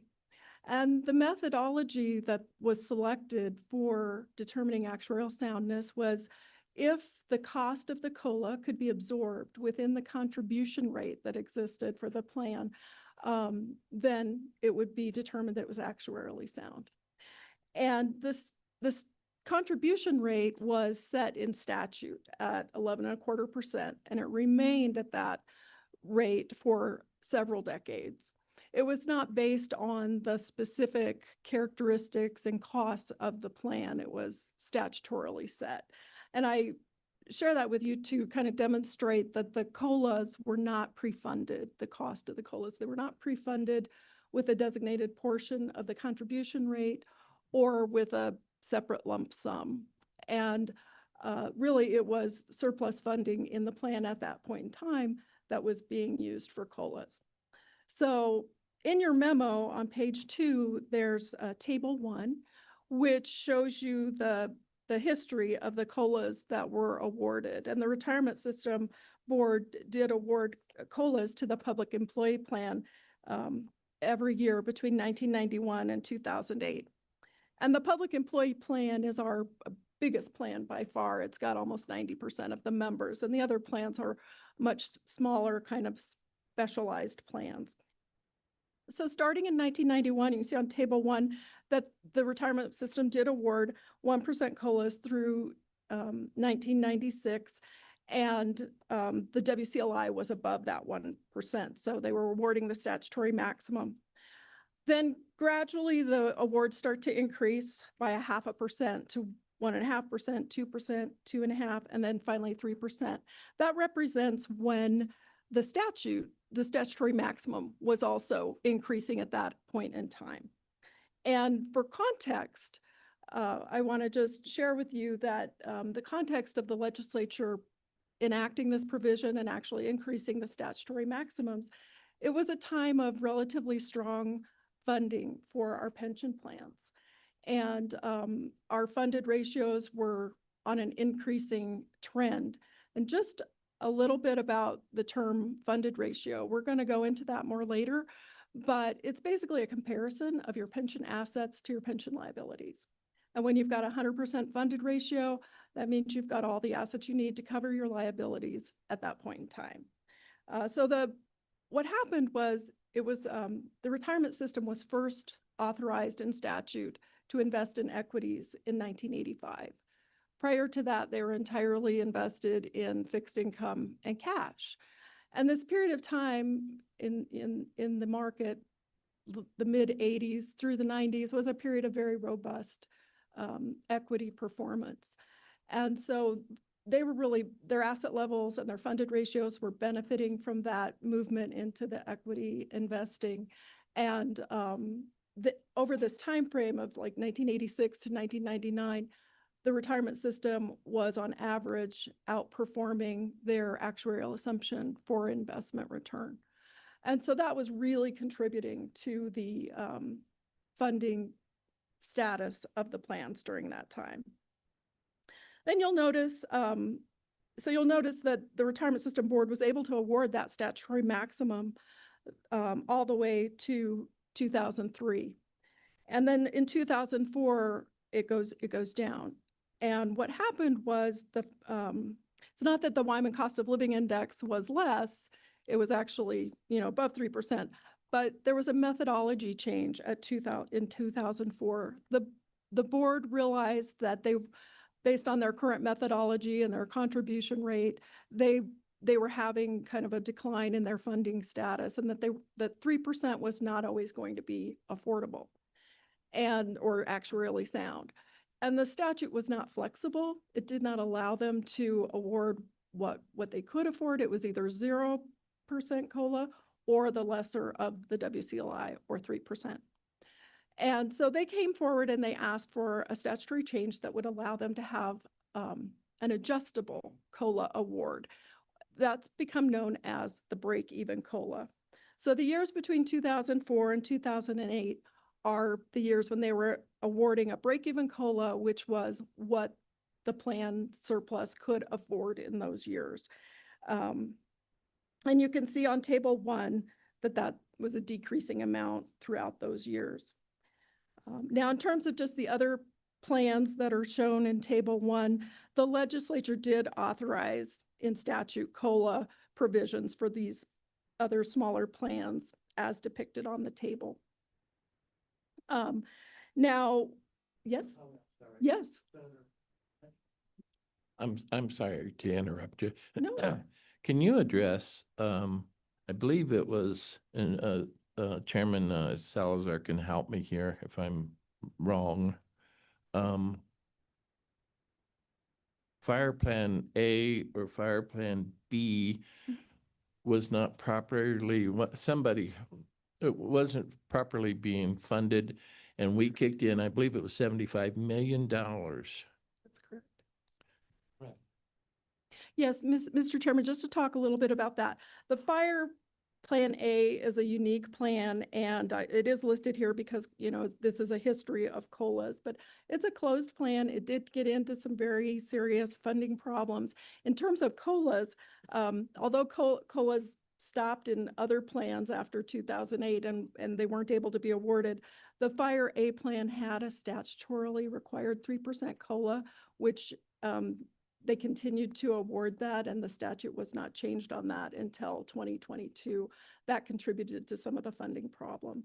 So the legislature and the JAC in particular did work out kind of a fix for Fire Plan A in 2022 and stopped that COLA award. So does that answer your question? Yes, and that 75 million that we injected in there, is that plan whole now?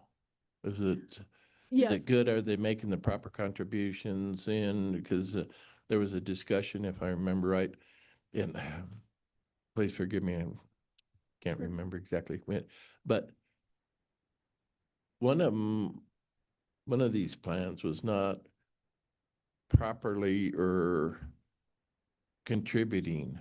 If you work for a city or whatever, the city wasn't putting their share in, or the employee or whatever. There was a conversation along those lines. Do you? Mr. Chairman and Senator French, I believe maybe what you're thinking of is that the contributions in the fire plan A were stopped. I believe it was like in the late 90s or the mid 90s, they were stopped, and they felt, the belief at that time was that they had enough assets that they didn't have to contribute anymore. But then they got into some serious funding problems, and the legislature worked to resolve that. And the retirement system is here, and they can speak more to it, but I do believe that the fire plan A is now moving in a good direction for being able to cover all of their pension liabilities. Again, it is a closed plan, so there's no new members. All the new fire members go into Fire B. Okay? Yeah, you bet. Okay. So, yeah, good segue. So, the retirement board awarded the break-even COLAs where they were kind of adjusting downward and their funding was declining from 2004 to 2008. Then in 2009, which was right after the Great Recession of 2008, which was, as you know, a global economic contraction that involved a very large drop in investment markets. No COLA was affordable that year, and the board awarded 0 COLAs, but for Plan A, where there was a statutory requirement to award a 3% COLA. And there's been no COLAs since that point in time. And so that, really is the story of how that history worked. But COLAs were awarded for 18 years in the public employee plan. They were ongoing. They were compounded COLAs, meaning that they were awarded not only on the original benefit, but also on prior increases. And they were supported from plan assets. Now, a little bit more about the break-even COLA, and I've moved over to page 4 of the report. It's helpful that the retirement system's current actuary, which is Gabriel Roeder Smith and Company, or GRS, and I believe they're online with us today. They wrote a study about Wyoming that highlighted Wyoming's break-even COLA in 2012. And there's a quote from their study at the bottom of page 4, and they describe it as an ad hoc.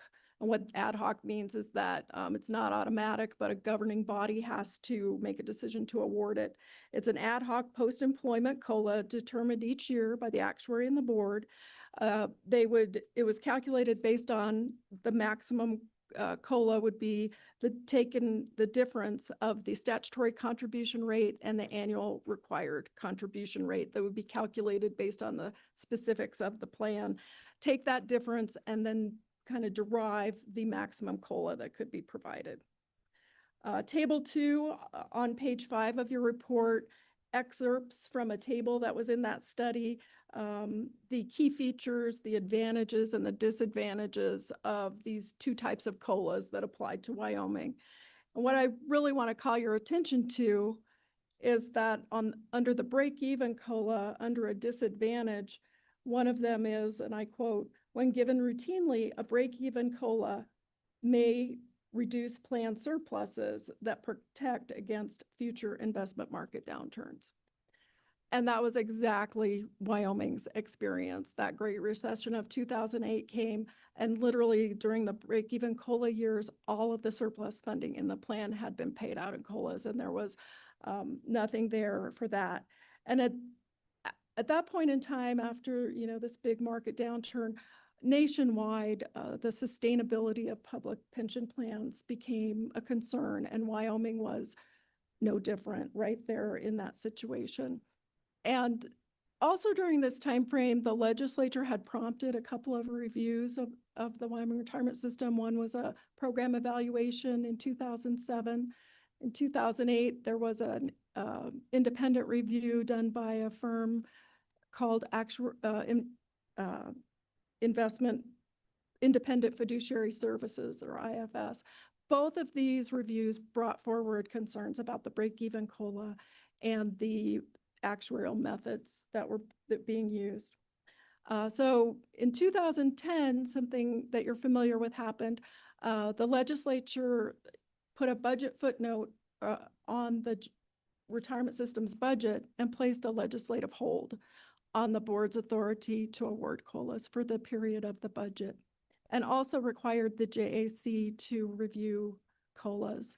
And at that point in time, 2010, 11, the retirement system and the JAC worked together to develop pension reforms that would ensure the work towards the sustainability of our pension plans. And again, this was going on nationwide. It was not unique to the Wyoming retirement system. The pension reforms were put in statute in 2012, and they centered around 3 features that affected current employees, future employees, and retirees. First of all, there was contribution rate increase. And as I said, the contribution rate for the public employee plan had not been increased in over 30 years. Second of all, they created a reduced tier of benefits for new employees that were being hired as of July 1 of 2012. A bit of background on that is that in 2001, the benefit formula for the public employee plan had been increased. And so when they created Tier 2, what they did is they just put that formula back to what it had been prior, but it was only for new hires, not for the existing employees. And then the third aspect of the pension reform was that they repealed the retirement board's authority to award COLAs, and there was no longer a COLA provision. This, the elimination or reduction of COLAs was a very common aspect of pension reform nationwide. That was something that was, just very common. Now, the changes to COLAs, reduction, suspension, in some states that brought legal challenges. And in Wyoming, there haven't been any legal challenges, whether when COLAs were awarded or when they were stopped. Haven't been legal challenges. But in addition to those, modifications that were going to, reduce the liabilities of the plan and increase the contributions of the plan, the legislature, specifically your predecessors on the JAC, codified management requirements for our pension plans in that 2012 legislation. And those are bulleted out for you on page 6, but I'll summarize them. First of all, they recorded legislative findings that told the story of how the funding of the plans had decreased, and indicated that as currently constructed, the plans were not intended and could not support benefit increases or COLAs. It also, in statute, requires the pension plans to be managed and maintained at a funded ratio above 100%. And the margin is to be kept for market fluctuations, and that margin is to be determined by the Retirement System Board.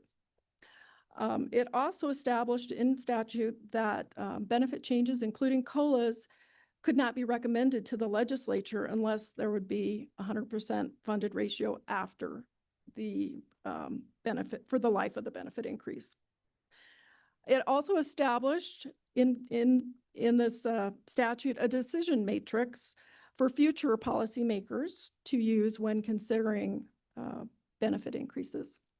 And finally, it required the retirement system to have a mandatory education program for members, emphasizing the need for supplemental retirement savings, and emphasizing that COLAs should not be anticipated.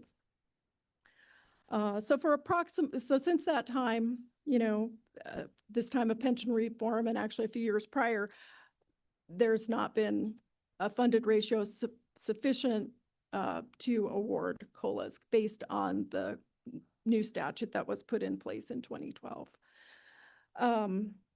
However, I do want to point out that since our last COLA was awarded in 2012, the Wyoming Cost of Living Index, the accumulated value of that has equated to 67.5% over that time frame of 2009 through 2025. So that's the history of when we awarded COLAs and why it stopped. Your interim topic also requested an overview of the funded status of our pension plans. And of course, we have the retirement system here and the actuaries online. And so they can go into a lot of detail, but I did provide for you on page 7, starts table 3, which gives just a listing of the funded ratio for each plan from pension reform forward to the most recent we had, which is 2025. The retirement system has some late breaking news for you about 2026, which is all good news that they're going to go into, but I had up to 2025. You know, basically, let's go into that term funded ratio a little bit more. Okay, so footnote 28 does give you the specific definition of the funded ratio. You can look at it in 2 ways. You can look at it, it's your assets, pension assets divided by your pension liabilities. You can look at it on a smoothed basis or an actuarial basis, which kind of just seeks to smooth out that market volatility a little bit. The retirement system, when they smooth, they use a 5-year smoothing period. Or you can look at it on a market value basis, which is just a point in time, and they use December 31st. So table 3 gives you the funded ratios from 2013 forward. You can see that the public employee plan is in the high 70% range, and that the metric is basically holding steady or improving. You have to look at the funded ratio with some context. And the context surrounding our funding ratios and the story of our funding ratios is good.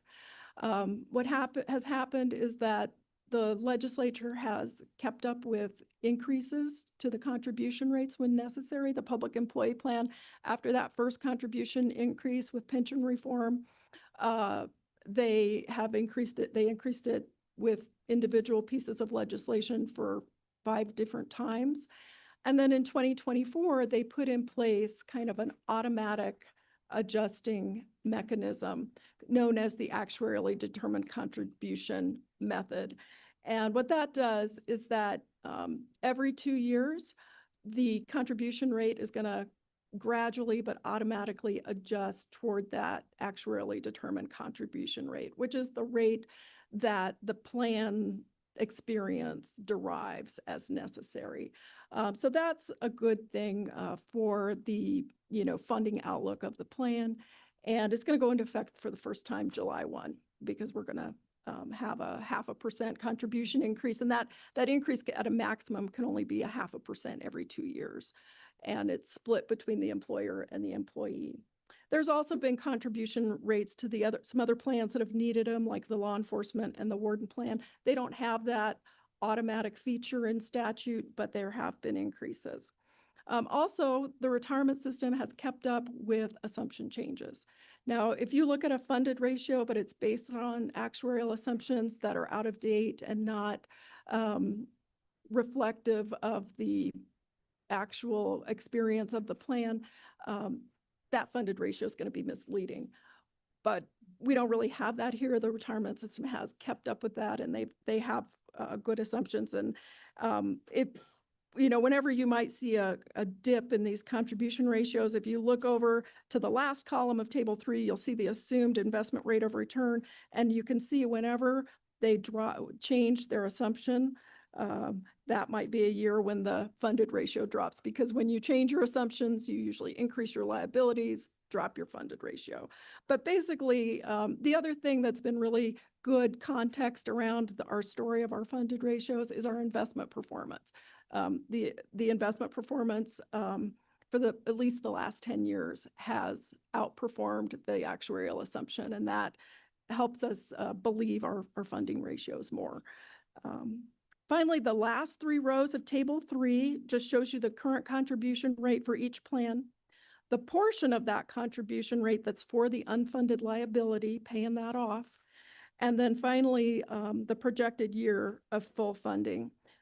And for the big plan, the public employee plan, we're paying 7.84% of our contribution rate is for that unfunded liability, but the projected year of full funding is 2044.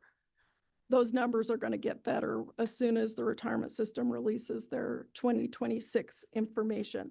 So, you know, we're not yet at that 100% funded ratio in the big plan where COLAs could be recommended under the current statute, but there are two plans, the judicial plan and the Fire B plan, that have gotten to be over 100% funded. And so that we are moving in that direction of being fully funded.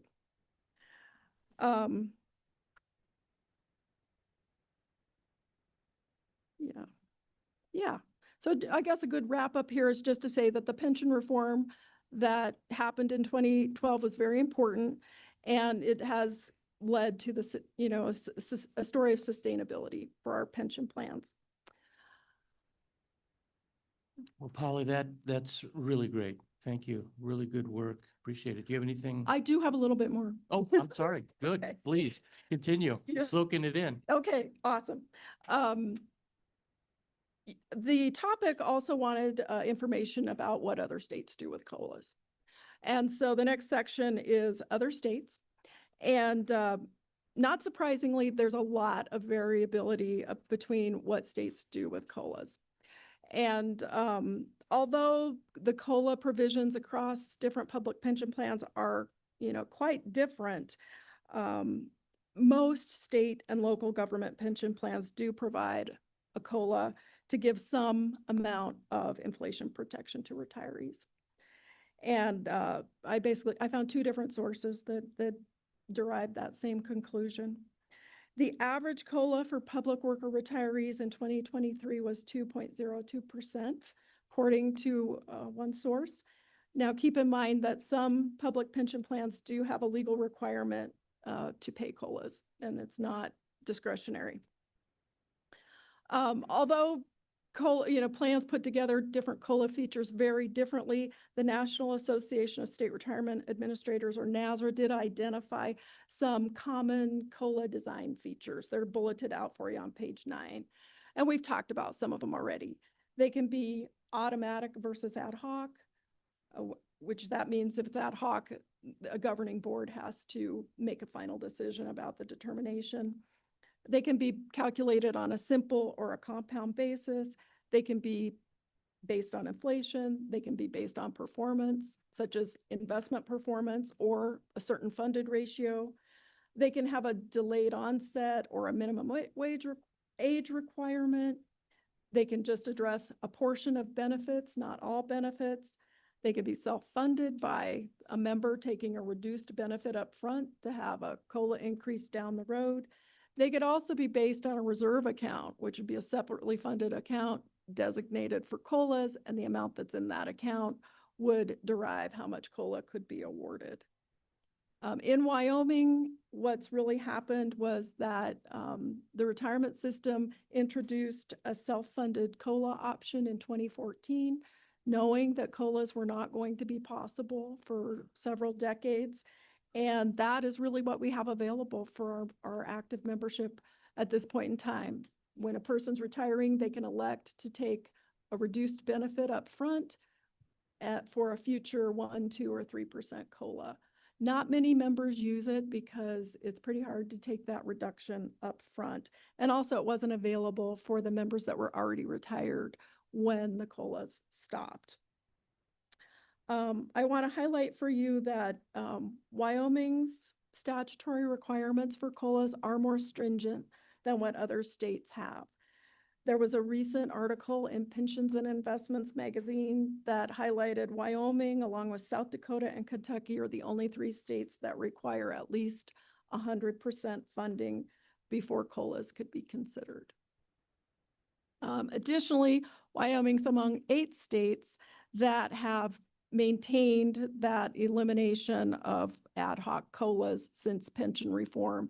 Many of the other states that did similar things as Wyoming to reduce that COLA or eliminate COLAs have since awarded COLAs on an ad hoc basis as inflation has become more of an issue.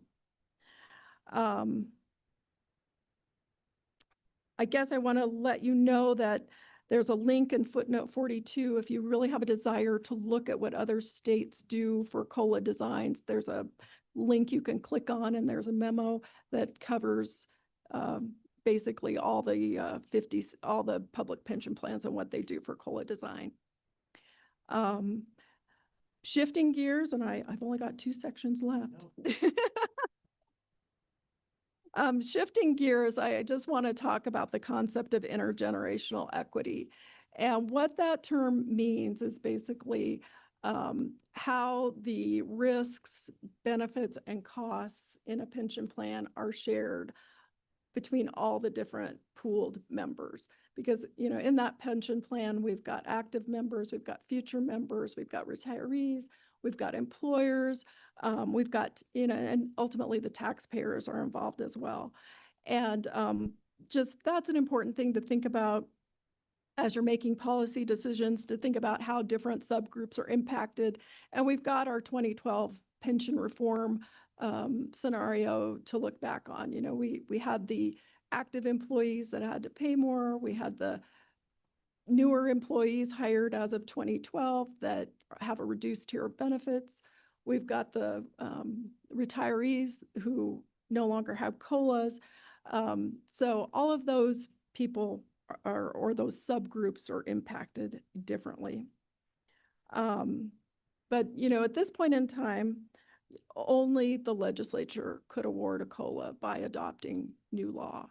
And what I want to highlight for you is there's an important interaction between our law around the actuarially determined contribution and our law that governs COLAs.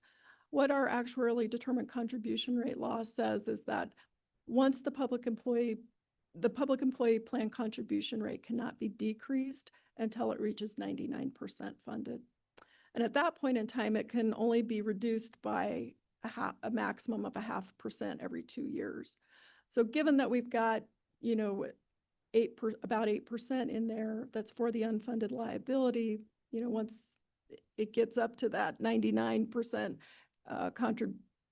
percent funded ratio, they could begin to ratchet the contribution rate down. But it might take a while, like maybe, you know, theoretically about 16 years. During that time frame, that funded ratio is going to exceed 100%. And the requirement for the 100% funding plus a margin above 100% determined by the board, which I don't think the board has ever come out and said what that margin is, because we haven't been in that situation. That, you know, we may be in a situation where COLAs could be recommended. But at this point in time, you know, the statute doesn't really contemplate a reallocation of resources towards COLAs. And so that's something that would need to be statutorily addressed. Of course, we do have our judicial plan. It's a ways off for the public employee plan. We're only moving towards the 80% funded unless, you know, there were to be a change in the law. But we do have our judicial plan and our Fire B plan, which are, you know, right at that point where they're, and COLAs may be a consideration. Those plans, of course, don't have that actuarially determined contribution methodology. So that comment really was about the public employee plan. And yeah, finally, I just want to point out for you that the memo really concludes with best practices around COLA design policy. These are from the Reason Foundation. There's 9 of them. And I'll just run through them. The plan sponsor should create a formal COLA benefit policy that's an integral part of overall retirement plan objectives. The benefits should be clearly identified, who's eligible, what the COLA applies to, and when it's payable. The COLA amount should reflect an objective inflation benchmark. The COLA benefit should be consistent, predictable, and clearly communicated. The COLA benefit should be limited. The COLA should be pre-funded. The COLA should be subject to change. We should avoid making the same mistakes. And we should acknowledge that we can't fix all past inflation. So those are some best practices for you to think about. Also, the retirement board has a plan benefits policy, which encapsulates their COLA policy. And it was put in place in most recently updated in 2016. It's attached to your report as Appendix A. It doesn't directly address best practices. It does express, I'll just read it for you. Their plan design goal is to maintain a benefit structure which is internally equitable and consistent with a goal of allowing Wyoming career public employees to maintain a reasonable standard of living throughout the tenure of retirement. The policy also kind of acknowledges the statutory requirements around COLAs. And it's worth a read. It's 2 pages attached to your memo. So finally, as you're considering benefit changes, I think it's interesting that your predecessors on the JAC left for you in statute a decision matrix, which is a recommended analysis for you to go through before any benefit increases or COLAs would be considered. And it's right at the end of your page 12, and it goes through A through G. And with that, Mr. Chairman, that's my summary. Glad to try to address any questions, but of course you've got the retirement system here as well.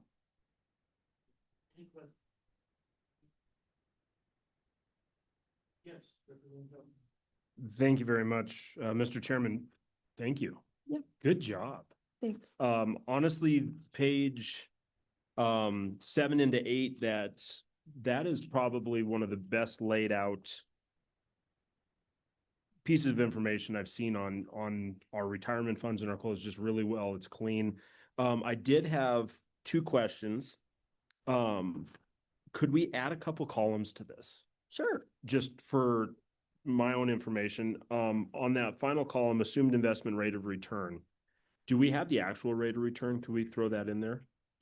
Certainly. Because that was what we assumed, but I'd like to know what we did. Obviously, we had some performance years and we had some not performance years in there, and I'd like to see that. Right. Understanding more than anything, just to kind of get a glimpse of what that looks like. The other would be this. We're sitting at 79, 84, 81, 83, and 96 on those others that have not come up to that 100% mark yet. If we could have the amounts of like, where are we, how far are we off of that financially as far as in dollar amounts?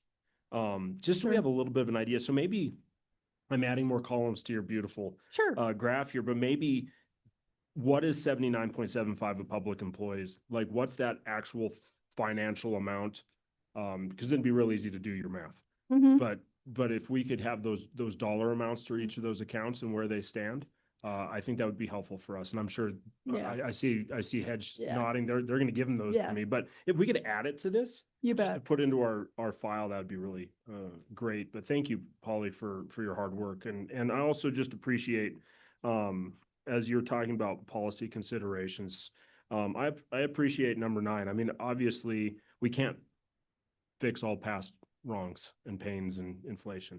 And I appreciate you saying, hey, we can't fix that, but we need to look at what it means with these 2 accounts that are over 100%, what it looks like to possibly look at COLAs going forward. So thank you for that and appreciate it. But if we could look at maybe updating that graph just a little bit.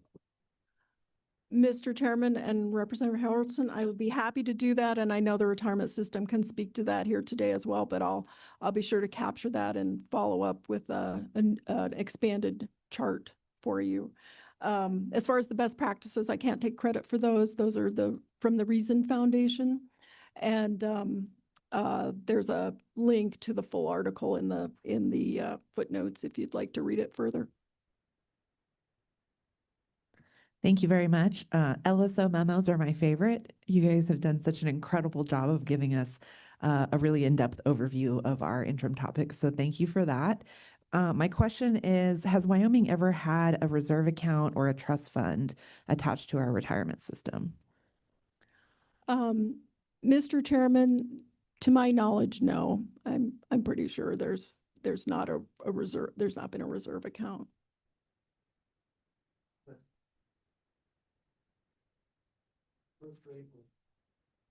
Thank you very much.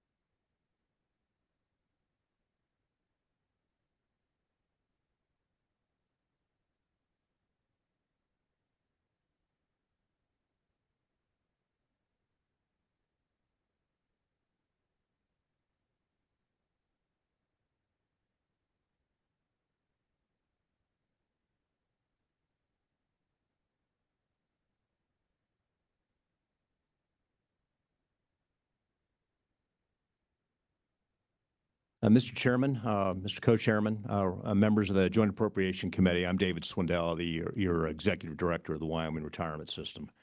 We're the system that administers the public pension retirement administrations for all public employees in the state of Wyoming. Sometimes I want to remind the committee that in the big plan that Polly mentioned, the state government is only about 21% of that plan. 79% of that plan is local. The biggest population is K through 12 education. We have the cities, we have the counties. You had the counties folks here this morning. All of their employees are members of the public employee plan, except for one county, Weston County. You don't have to have a pension plan as part of your total compensation package, but if you do, it's this one. That's what the statutes say. So we pay out more than $800 million a year to retirees. We have retirees all over the world, of course, but most of them are here in Wyoming. 78% of that money stays in Wyoming. And we have an investment corpus to pre-fund and provide investment earnings to fund a large part of those benefits. We have $13 billion under management. I'm joined at the table by our Chief Investment Officer on my right, your left. Sam Masudi has been with us since 2013. The fund has a history of investment performance, which we can provide you completely. The short answer is, if you go back in the years of good returns back in 1999, when we're partying like it's 1999, investment returns were very good. Wyoming's comparative performance was frankly not very good, but it didn't matter. We were still making enough money and being able to increase benefits and keep contribution rates low and do all the things that wound up biting all states a little bit in the next decade. And so the performance back then from, say, 2000 to 2010, we did not have any investment professionals on staff. The board managed a coalition of about 14 different money managers, kind of just think of a collection of 14 mutual funds that was performing adequately for the day, but was rapidly shown to be a deficient practice when the financial markets got a little rocky, the dot-com crisis, the great financial crisis. It was a terrible decade for investing. For example, in 2008, all funds went down. The median pension fund lost 26%. We lost 30%. And the median fund came back a little bit after that, and we came back, but not as fast. We didn't have any professional managers on staff. In fact, in at least one of those years, we were not only in the bottom quarter of pure funds, we were the bottom fund of some 80-some public pension and endowment funds with assets over $1 billion. So that's your peer set. The legislature recognized this and supported the system by authorizing some investment professional staffs and some salaries commensurate with that industry. It's kind of like football coaches. They make way too much money in some people's view, but you got to pay the freight if you want to be competitive in the conference. And Sam's been with us since 2013, established a plan to develop a small staff of several senior investment officers, an investment officer, and several analysts.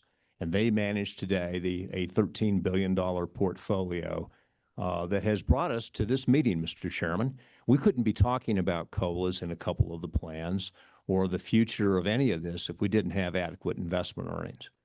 And we've reduced the assumed rate of return, but over the last 10 years, we have exceeded that. And we can give you all those numbers. But the main thing is this team has done really well.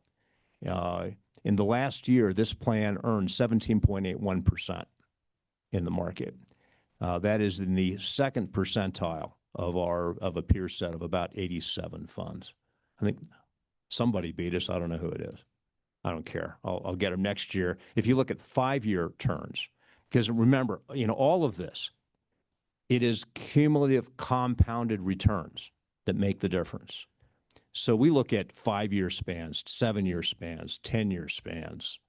Over the last 5 years, this plan is the number one. We're the number one percentile, number one, out of a peer set of 80-some funds, with a investment return that is in excess of 2% over a well-performing median fund, 2% per year on a $13 billion base every year for 5 years. Do the math. I mean, it's hundreds of millions of dollars, billions actually. So it's compounded returns. And so that's one aspect of this. Wyoming made some mistakes back in the day. I don't want to be too critical. I didn't walk in those shoes. I wasn't here then. You weren't here. They made the best decisions they could make in the day. But they assumed too much out of the investment markets and didn't properly fund the plans. And the result has been some painful pension reform. Contribution rates have been raised. Benefits have been reduced, and we haven't paid a cost of living allowance since 2008. 2008. And oh, and by the way, you need to be retired in 2006 in order to qualify. There's a 2-year qualifying period, just so you know. So a lot of pain has been borne by a lot of folks. I'm pleased today that we're on the right path. We're making good progress. It's going to be a ways in the big public employee plan, as Polly mentioned. But we've got a situation that we'll talk about in a minute. 3 of the plans have crossed over and they're above 100% funded, and at least 2 of them probably have the margin to consider at least a small COLA this coming year. The board will look at that. And speaking of the board, also want to introduce to my left, your right, Ben Brandis. Ben is our general counsel. He's not only our attorney, but he also serves as a staff liaison to the Legislative and Benefits Committee of the Retirement Board. And so the 3 of us are here in person. I believe online we have several other people that are key to this whole organization.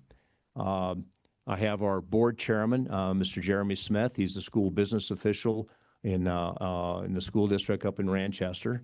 We have also online our chief actuary, Mr. Paul Wood, from Gabriel Roeder Smith out of their Denver office. Many of you on the committee may know Paul. He's worked quite a bit, very closely with the Wyoming system, including all the work on that House Bill 83 to give us the appropriate flexibility on contributions and all of that. So Director Swindle, you mentioned there are 2 funds that are fully funded. Would those 2 funds though require statutory change for those small COLA increases?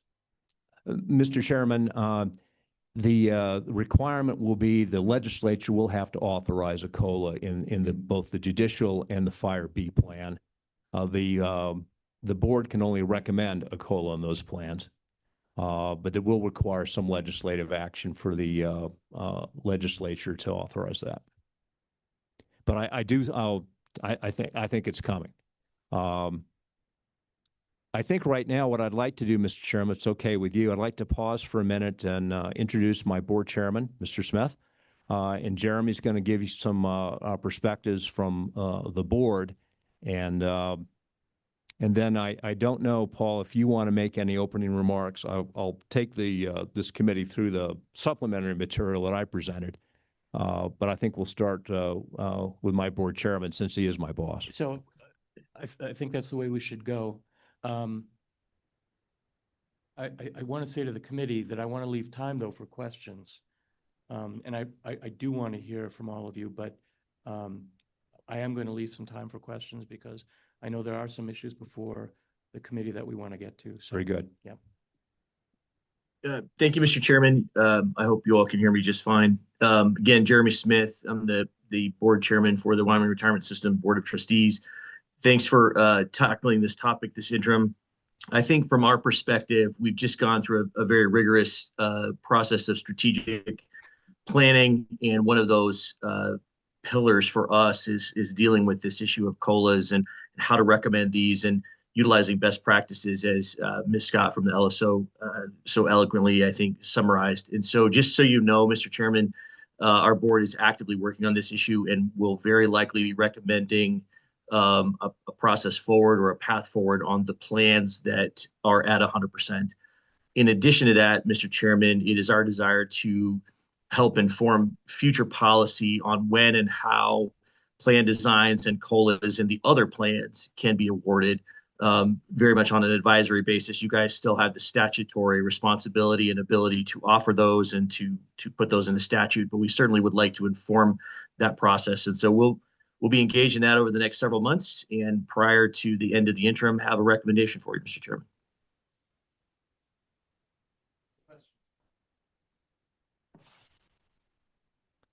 Mr. Chairman, I'd like to just summarize a few things in the supplementary material I provided the committee.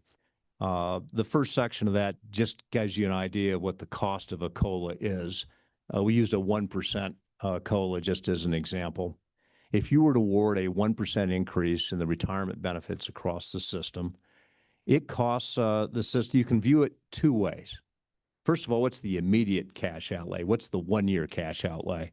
Sometimes that's referred to as a 13th check. And that number's in that material. It's about $8 million. It would provide an increase of about $221 a year to the typical retiree.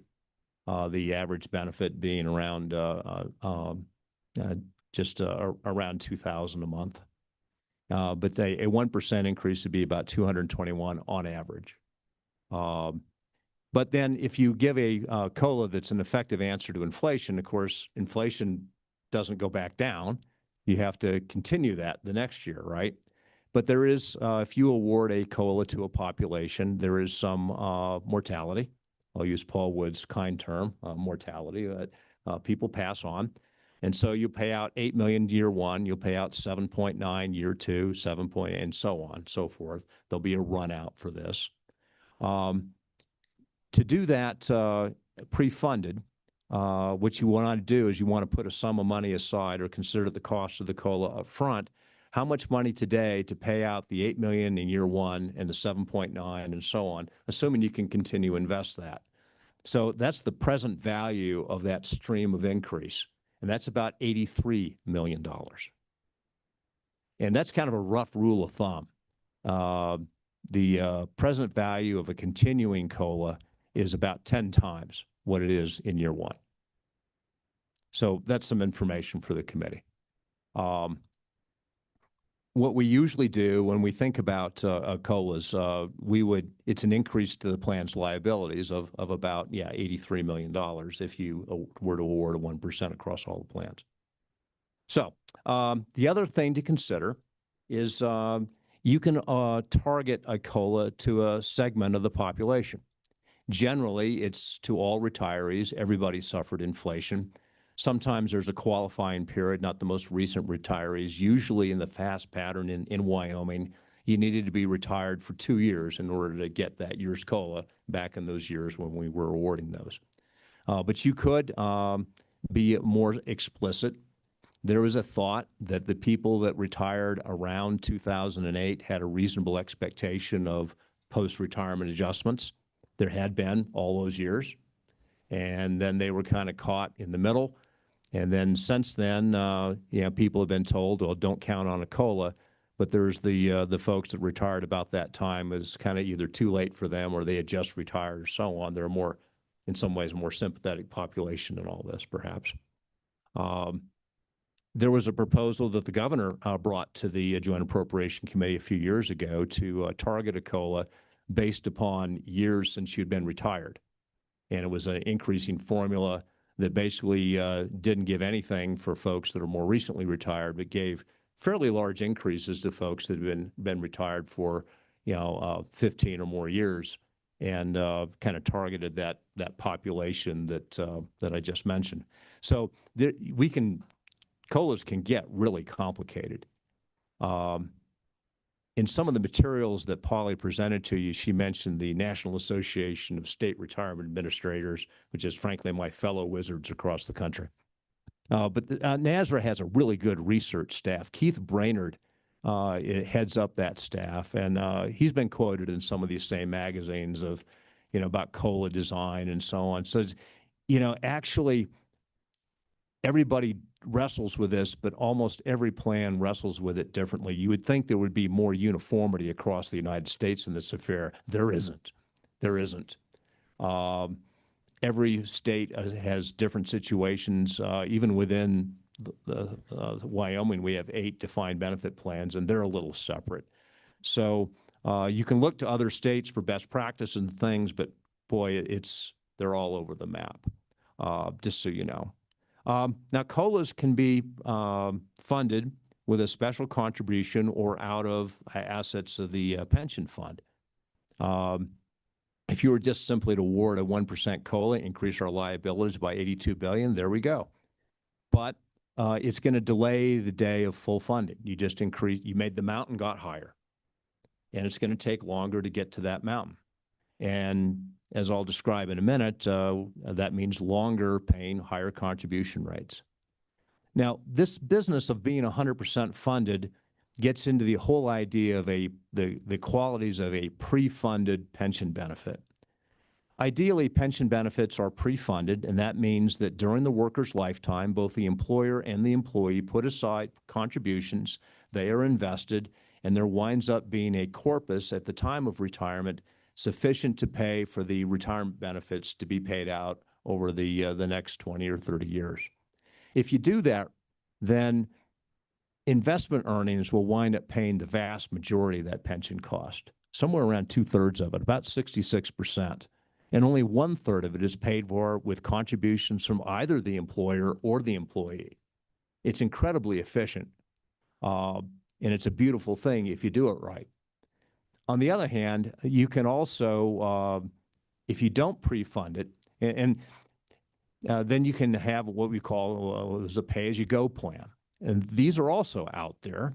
I think this committee knows that I'm a Army retiree. I worked in the Pentagon. I worked on the Army budget. It is not pre-funded. It is a line item year by year in the DoD budget.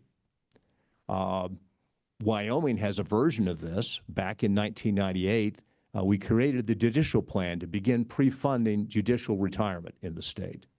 But there was a population back then that you could either choose to stay with the old plan or get into the new plan. And there was a group of folks where it made sense to stay with the grandfathered plan. They were nearing retirement and so on. Today, I believe there are still 12 people, I believe 9 judges and 3 beneficiaries that are still on that old plan. That is a pay-as-you-go plan.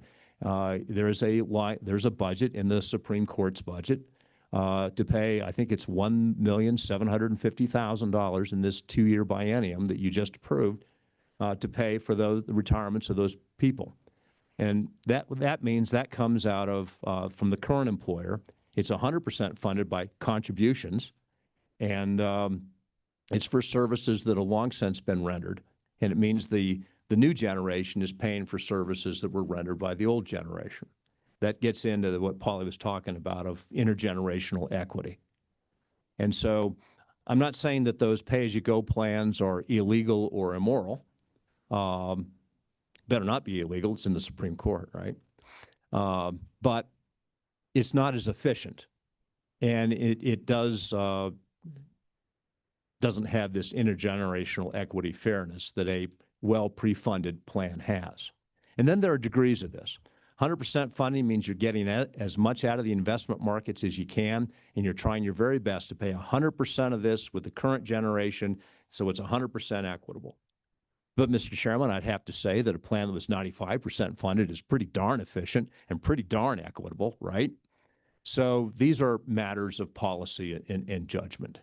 There are systems like Wyoming that explicitly want a 100% funded goal. South Dakota, our neighbors to the east, is one of them. It's a well-regarded system. They've had a policy in place for a long time to, they're a fixed rate system. The legislature establishes the contribution rates, but they have done what the actuaries have told them to do. Paul, they've actually respected your profession. And so they've developed a system that's 100% funded. They allow for a COLA. They build into the rates a 2.25% COLA estimate. They don't necessarily give it. Depends what the markets do. The COLA allowance becomes a buffer against market fluctuations, and they've maintained 100% funding with some reasonable COLAs given over the years. Last year, they gave 1.7. That's all they could afford and still stay above 100%. This year, they'll give 1.56. They'll still stay above 100%. They have a really good record of doing it. So anyway, that's a comment on what 100% funding is. It's a desirable goal, but it's not absolute. Most states are awarding COLAs, and they're not necessarily full funded. Idaho is a well-regarded system to our west. They're about 80% funded, 85, 90% funded. Their system, they award a COLA, a mandatory 1% COLA, as long as they can award that and the contribution rate won't go up and the present value cost of that 1%, their equivalent of an $82 million, can be amortized over the next 25 years. And so that's how they've operated.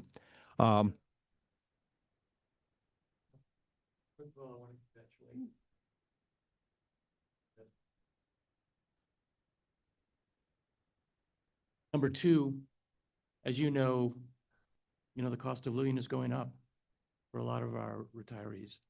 And I think that's what is at issue here. Can you identify for me again those fully funded pensions? Which pensions are now fully funded at 100%? And then you talked about the public employees pension. Where are we at percentage-wise on them being fully funded? And then maybe for a question for the chairman of the, can you share your thoughts on where you're going with possible COLA increases or having a COLA for these retirees? Mr. Chairman, the Wyoming Retirement System had two plans that went over 100% last year. That was the judicial plan and the Fire B plan. That was the plan that was created in 1981 to be the paid fire plan going forward. This year, there's a third plan that will join that list, and that's the volunteer firefighter plan. The two plans I mentioned earlier, judicial and Fire B, now they've had a second year to compound those gains, and they likely have a margin for market fluctuations that'll meet everything in that decision matrix. We will model that a little bit more in coming work with the retirement board. We have a meeting in Casper here in a couple weeks. We were going to model that on a 15-year basis. The life of a COLA, we estimate by board policy to be about 15 years. Now, and let me explain just real quick why 15 years, because most of your money is going to go out in the first 15. Most of there'll be some folks you'll be paying for 30 years, 40 years.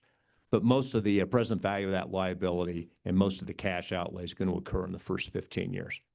And that's just because the average retiree is mid-70s, add 15 years to it. Now they're looking at late 80s, early 90s, and there's mortality, and that group's going to be pretty well paid off in 15 years and so on. So we will analyze that, but I believe those plans will have it, because Polly mentioned you look at these funding ratios a couple of ways, actuarial and market. And a funding ratio, again, is just the ratio of your assets to your liabilities. The liabilities is the present value of the liabilities. We have new retirees, young people over here. We have old retirees. We have active employees. They all have a future stream that the actuaries estimate, and you discount that back to present value, and you compare that to your assets. Actuarially, what we do is on a market value basis, you simply say, what's the value of the assets on 31 December? Boom. It's exactly what you would think. And then but we know that markets can be volatile. Frankly, the asset values on 31 December could be a fair amount different than 26 December. I mean, markets can be that volatile. So we don't want to get too excited about a really good year, nor too depressed about maybe a mediocre year. So we smooth those returns. And that means the actuarial value of assets reflects 5-year smoothing. We only book 1/5 of the investment gains or losses in any given year. So you don't get, it smooths out that volatility. You want to look at both of those things. At times, market value and actuarial value of assets will be very close. They won't be that far different. But we've developed a good situation here where market value is quite a bit in excess of actuarial value. When we look at a plan like Fire B that's going to come in, I think, at about 103% funded, that sounds like not much, only 3% margin over 100%. But they're 113% on a market value basis. These plans have developed about a 10% delta to the good that will cushion any market volatility over the next few years. And so that's all part of this decision matrix. It's more complicated than just looking at the funding ratio. You want to look at speed, you want to look at direction, you want to look at the relationship between market value and actuarial value and all that stuff. But Mr. Chairman, I think those two plans are going to meet it, just so you know. So we've climbed those two mountains.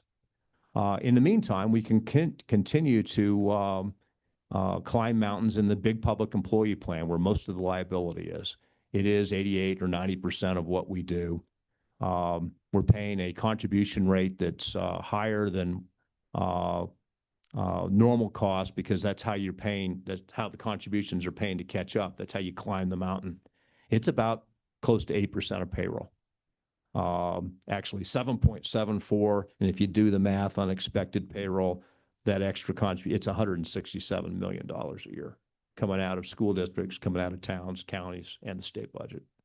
It's a lot of money. The next section talks about the situation with the judicial, Fire B, and volunteer plans, give you the actual numbers. But I think we're going to be in pretty good shape. And frankly, this committee and all of us in the room should take a moment and celebrate some success. We've climbed those mountains, and I think the COLAs that we recommend won't be big, maybe only be 1% starting off. But I think we're in a position there.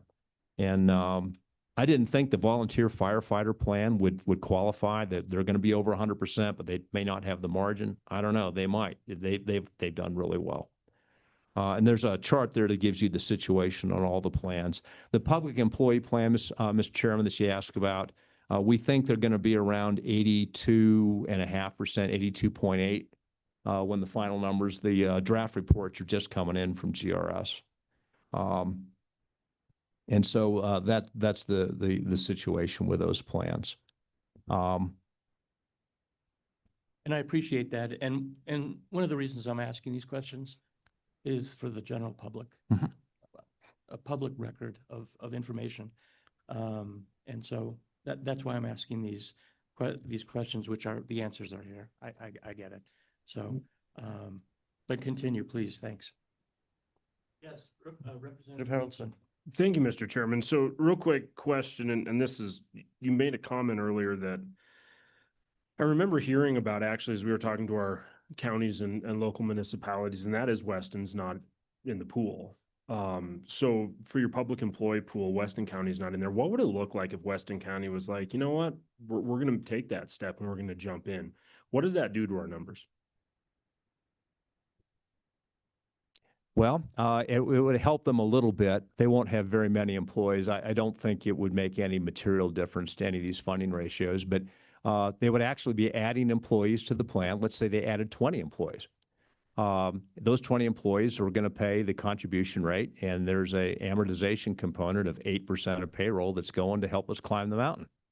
We'll get an 8% out of those folks. It'll help us climb the mountain. It really will. But it's just part of their total compensation package. We do have some elements in Weston County. The Weed and Pest District is part of the plan and so on. But we have 22 of the 23 county governments.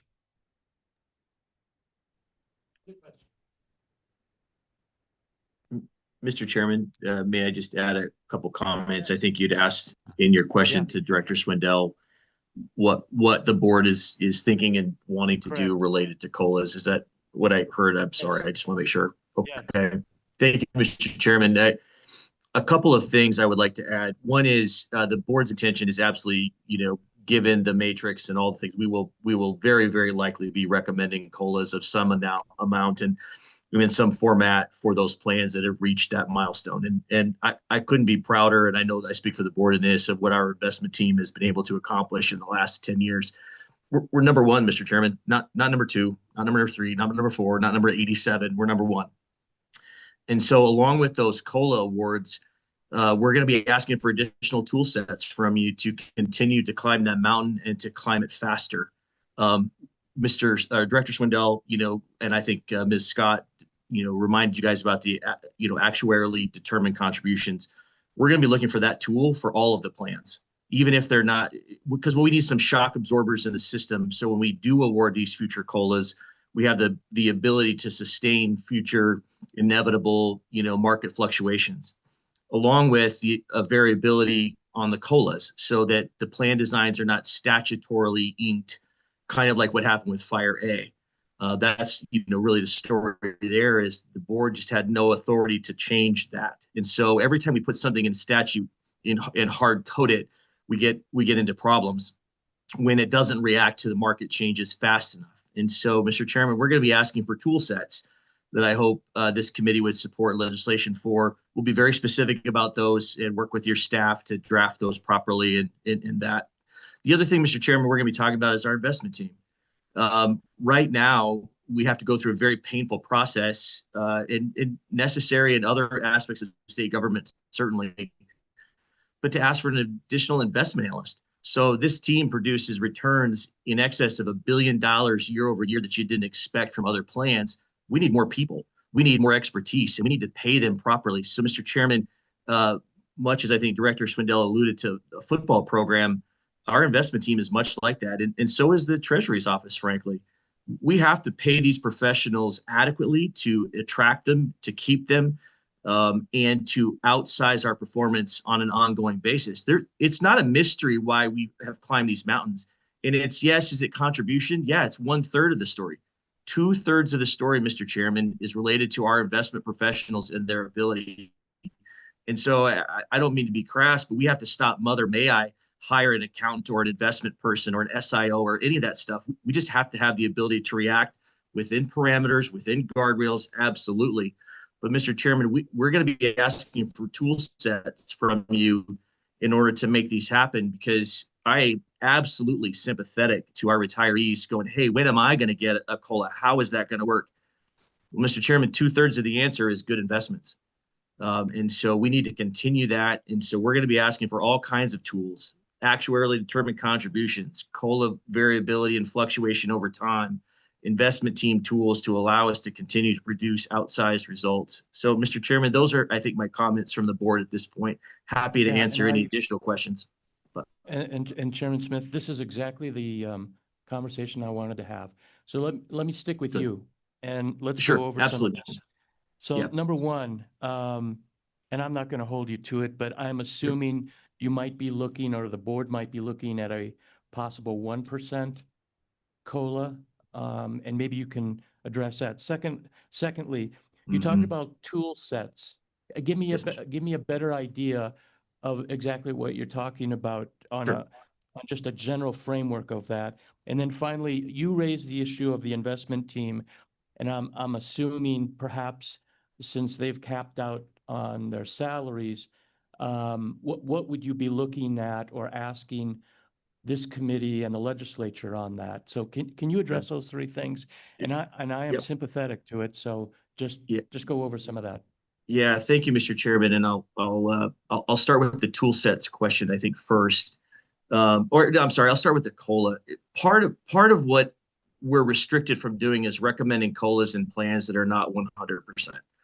So to be fair, Mr. Chairman, the board doesn't even have the statutory authority to recommend anything in COLAs beyond the 2 or 3 plans that have met all of the criteria. However, we will offer some advice, Mr. Chairman. How's that? It won't be a recommendation, but it would be advice. I think maybe I'm skirting the line a little bit, but the advice, and I know you'll hear from some great folks later on what they would suggest is terms of COLAs on plans that are not 100% funded. We will offer some advice on that. But Mr. Chairman, I got to be honest, I would stand firm in not offering advice that costs more time in terms of those other plans getting to 100%. I'm sympathetic and want COLAs, but I would certainly tell you that I don't think our board would recommend that it come out of our hide on plans that are not 100% funded. The math just doesn't math. But we have ways and ideas and thoughts to help this committee and the full legislature craft good ideas, I think, into statute that are sustainable and do recognize that it's been way too many years since those retirees have received a COLA. So, Mr. Chairman, I'm not going to say 1% on those other plans. Certainly, we're going to let the math do its work and advise us, and then listen to our investment professionals tell us what can we really do in real life. So I hope that understands what the COLA is going to be comprehensive across the plans. We're going to recommend on the ones we can. We're going to advise on the ones we cannot recommend. On the tool sets, Mr. Chairman, very, very likely you'll see us recommending actuarially determined contributions for all plans. Currently, that only exists in the public employee pension, the very big one. But that's a great shock absorber to the system, so to speak. It allows for over time, really sensible corrections when the markets change, and they inevitably do. We'll also be wanting to make sure that we don't craft any plan designs for COLAs that are not sustainable and don't have the ability to change over time, pending those same kinds of market fluctuations, Mr. Chairman. And then I think to your third question, really around the investment team, you nailed it, Mr. Chairman. They are not part of the governor's pay plan for this upcoming year. Their salaries are codified in statute on kind of a hard number basis. Mr. Chairman, we would ask that we are able to pay to the mean and always stay at the mean of very respected studies of these kinds of compensations for these kinds of professionals across the country.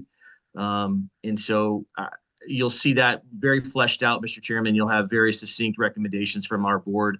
And so I won't get too far ahead of our skis on this one, but just know that we are, as a board, are committed to offering recommendations when we're allowed and advice in every case.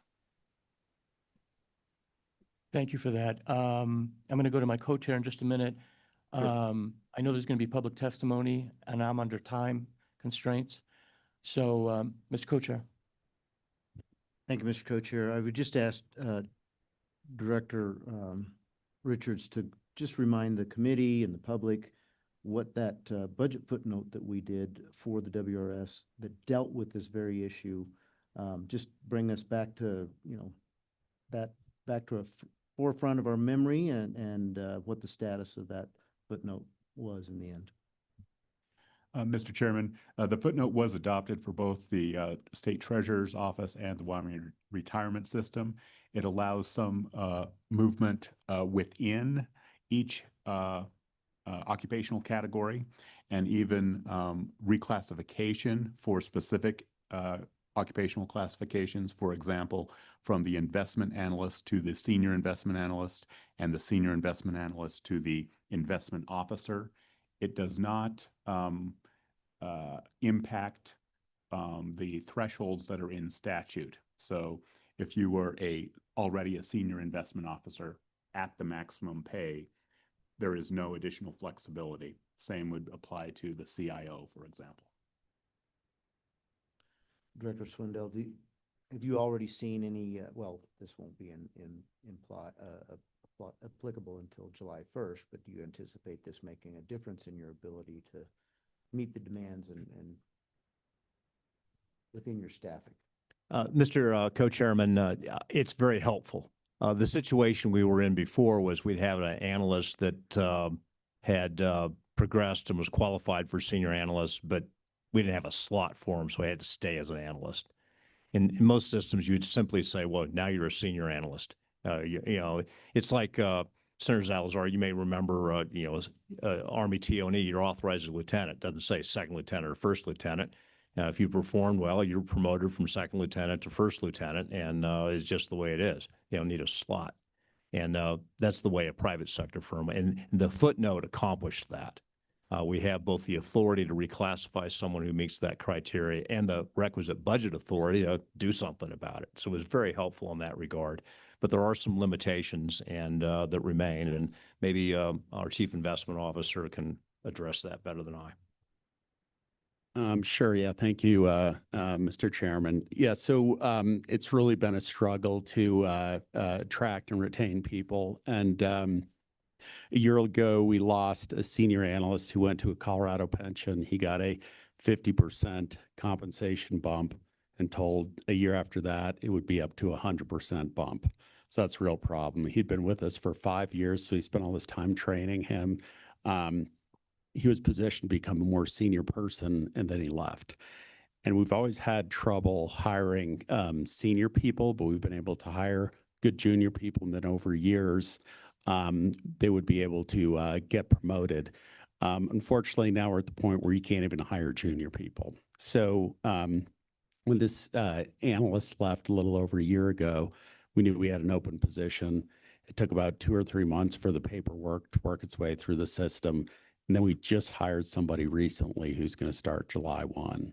So that's 16 months from when we know we need somebody until someone getting in the chair. We just can't operate like that. And we're we made several offers and we had them. It's compensation. We were rejected on the jetway. We'd flown in a couple people for interviews over the time, and it just became a compensation issue. We finally got a good person that I think will arrive here. Whether we'll be able to keep them, I don't know. We won't if we don't do something about the salary caps. Right. So if we can't hire senior people and we don't have the pipeline of junior people, we've got real problems. So this has been a real problem for about a year. And if we don't solve it, it's going to be catastrophic in the next year or two. But if we're down 2 people, you know, it may not sound like a lot, but on a 7-person team, that's about 1/3 of the staff. So we've got 1/3 of the institutional knowledge walking out the door, and then everybody's stretched trying to fill in for those people. Plus, if it takes 16 months before we get somebody, a new person in the seat, the current team's spending a lot of time on recruiting, trying to find people. So it's a serious problem. We're just trying to get in front of it as much as possible. So do you have any numbers for us? Yeah, Mr. Chairman, in terms of new ideal levels. So I think the goal is to hire a compensation consultant that'll have a database of compensation. And the goal is roughly to have that done by September. So the board will review that and then be able to make some more specific recommendations based on hard data. Yes. Yeah, But I can Mr. give this Chairman, committee a good flavor of what's coming. Yeah, Mr. Chairman, I think that was my base pay point. needs to be increased. Wait, let's, Yeah. let me go to the chairman and then to the director. Yeah, Mr. Chairman, Sam, I think said it pretty well. We have never been competitive in the market on our senior people, but we have been able to home grow junior people into senior people. Now we find ourselves unable to hire junior people. So, Mr. Chairman, the board is deeply concerned about this issue. We'll continue to learn more, study more. We're going to, review the data set from the study and make a recommendation to you. And it's very likely going to be something like, we need to be at the median for these kinds of jobs. And that will probably make some of you pucker up a little bit on the price of that. But it's a rounding error out of $13 billion, Mr. Chairman. And it's not even that. It's a rounding error of the extra hundreds of millions of dollars this investment team is earning in excess of expectation. So to Representative Harold's question earlier, hey, what have these guys been doing relative to what we expected? Outpacing it like in a way you can't even kind of imagine. And so, Mr. Chairman, I don't want us to be cheap here. But I also recognize that we cannot pay, we're not going to be the highest in the country and none of that nonsense, but we should be around median. And we're not even close to that. So just, Mr. Chairman, as we study this, we'll bring you hard data, we'll bring you hard recommendations, and we would ask for your concurrence when it's time. So thank you, Mr. Chairman. Thank you, Mr. Co-Chair. Director Richards, can you just give us a summary of the performance-based compensation that we have in the Treasurer's Office and any disparity between that and what the WRS has? Mr. Chairman, I believe they are identical in both agencies. So with the performance pay component, is that not having an impact at all? Or, I mean, with the benchmarks that you're blowing out of the water, these guys have got to be maxing on their bonuses, don't they? Yeah, Mr. Chairman, that's correct. They are, and I think that one of the issues with that is there's vesting of 3-year vesting, 25, 25, 50.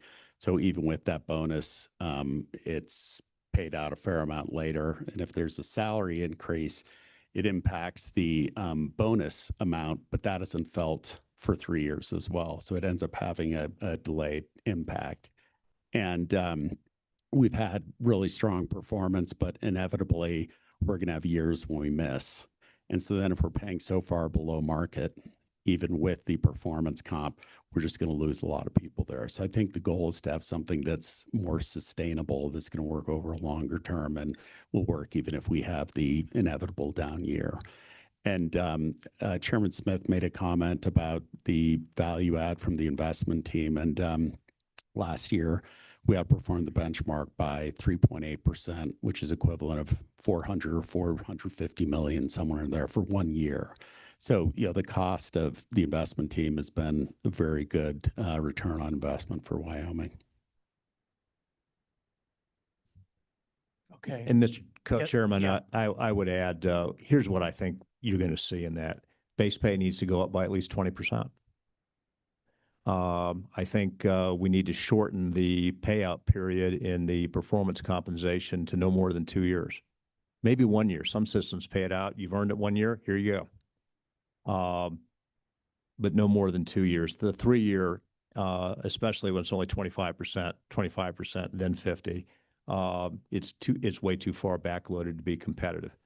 And then I think we'd be well advised as a group to come up with some sort of method that will allow the board to adjust those salaries year by year according to CPI or some guardrail that the committee was comfortable with, so that we didn't get so far out of market and we didn't have to take these big 20% leaps.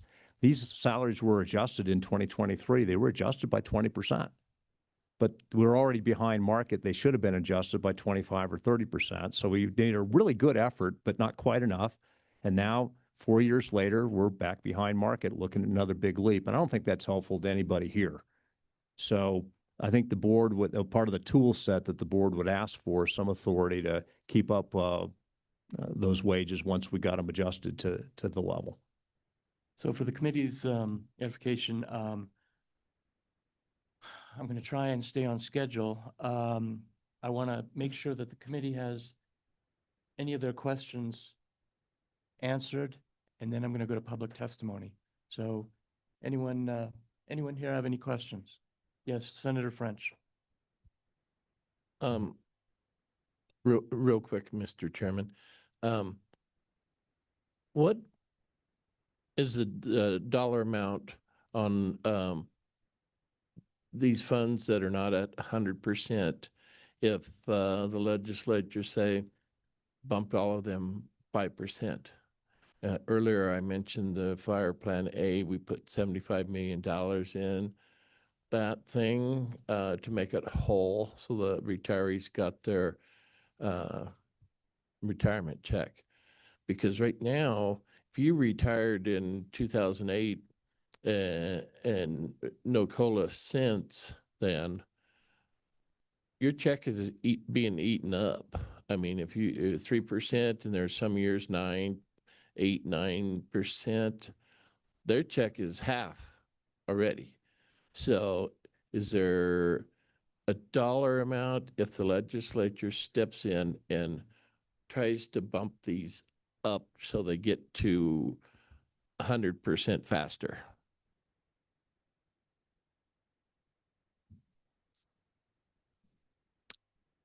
Senator French, Mr. Chairman, prepare yourself for a big number.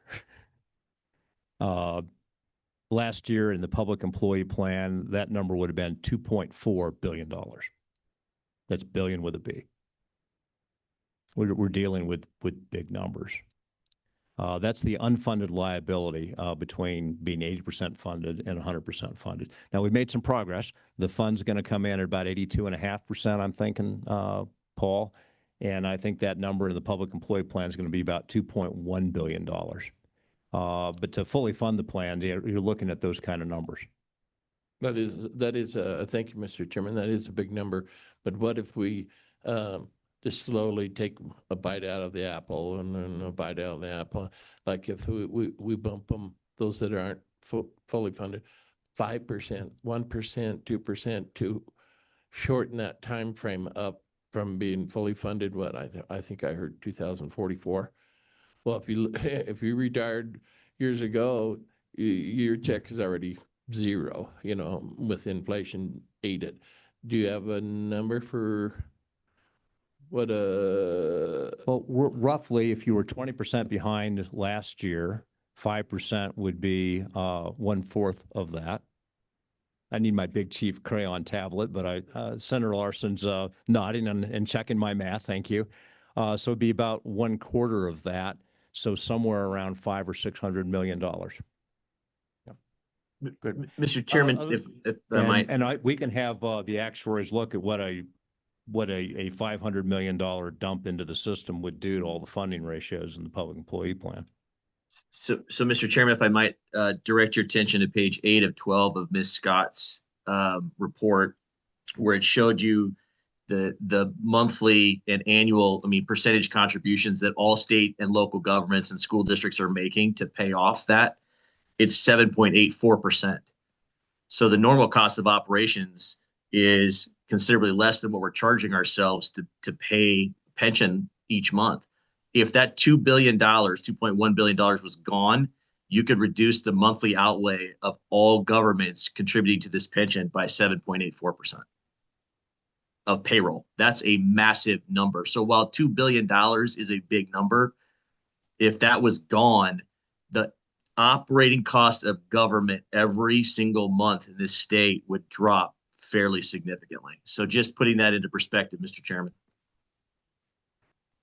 Mr. Co-Chair? Thank you, Mr. Co-Chairman. Mr. Richards, if you could just remind us all, I think it was 2.4 billion that we put in savings, permanent savings in 2023, another 700 million in 2024. Is that roughly accurate? Probably could have solved some of these problems if we'd put the money in WRS instead. Mr. Chairman, yes, it took some time to make all of those deposits. So it was really a 3-year number because we deposited FMRs. But yes, it was approximately $1.4 billion. Yes. Mr. Chairman, yeah, thank you. One way to think of this too is that it's almost like an investment when it's funded, because over time, if we're making a 6.8% return, that's a pretty good return and probably substantially more than it's earning in a savings account right now. Mr. Chairman, thank you. Don't know if I should ask this, but what would a base pay increase of 20% cost? How much would that be? Do you have an idea? Just nearly nothing, Mr. Chairman's the answer. On a relative basis, pennies, not even pennies, quarters of pennies. Yeah, but I got this. The numbers are right here. Yeah, Mr. Chairman, I'm guessing that would be less than $400,000 maybe, and there are probably some benefits as well. But you can understand it's just like a rounding error of a rounding error. what I'd like to do, how many would like to give public testimony? I definitely want to hear from you. Yeah, great. Good. Okay.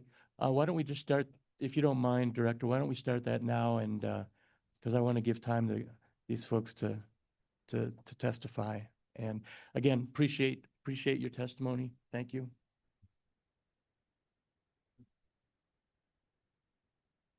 While they're getting up, I just want to mention, this is a great group of folks that have a liaison with the retirement system. I know all these folks. They represent the Coalition for a Healthy Retirement, promote the retirement system, protect it, and advocate for it. They represent all. We have firefighters, we have educators. Ron will tell you all this. But it's a great group to be associated with. I think you'll learn a lot.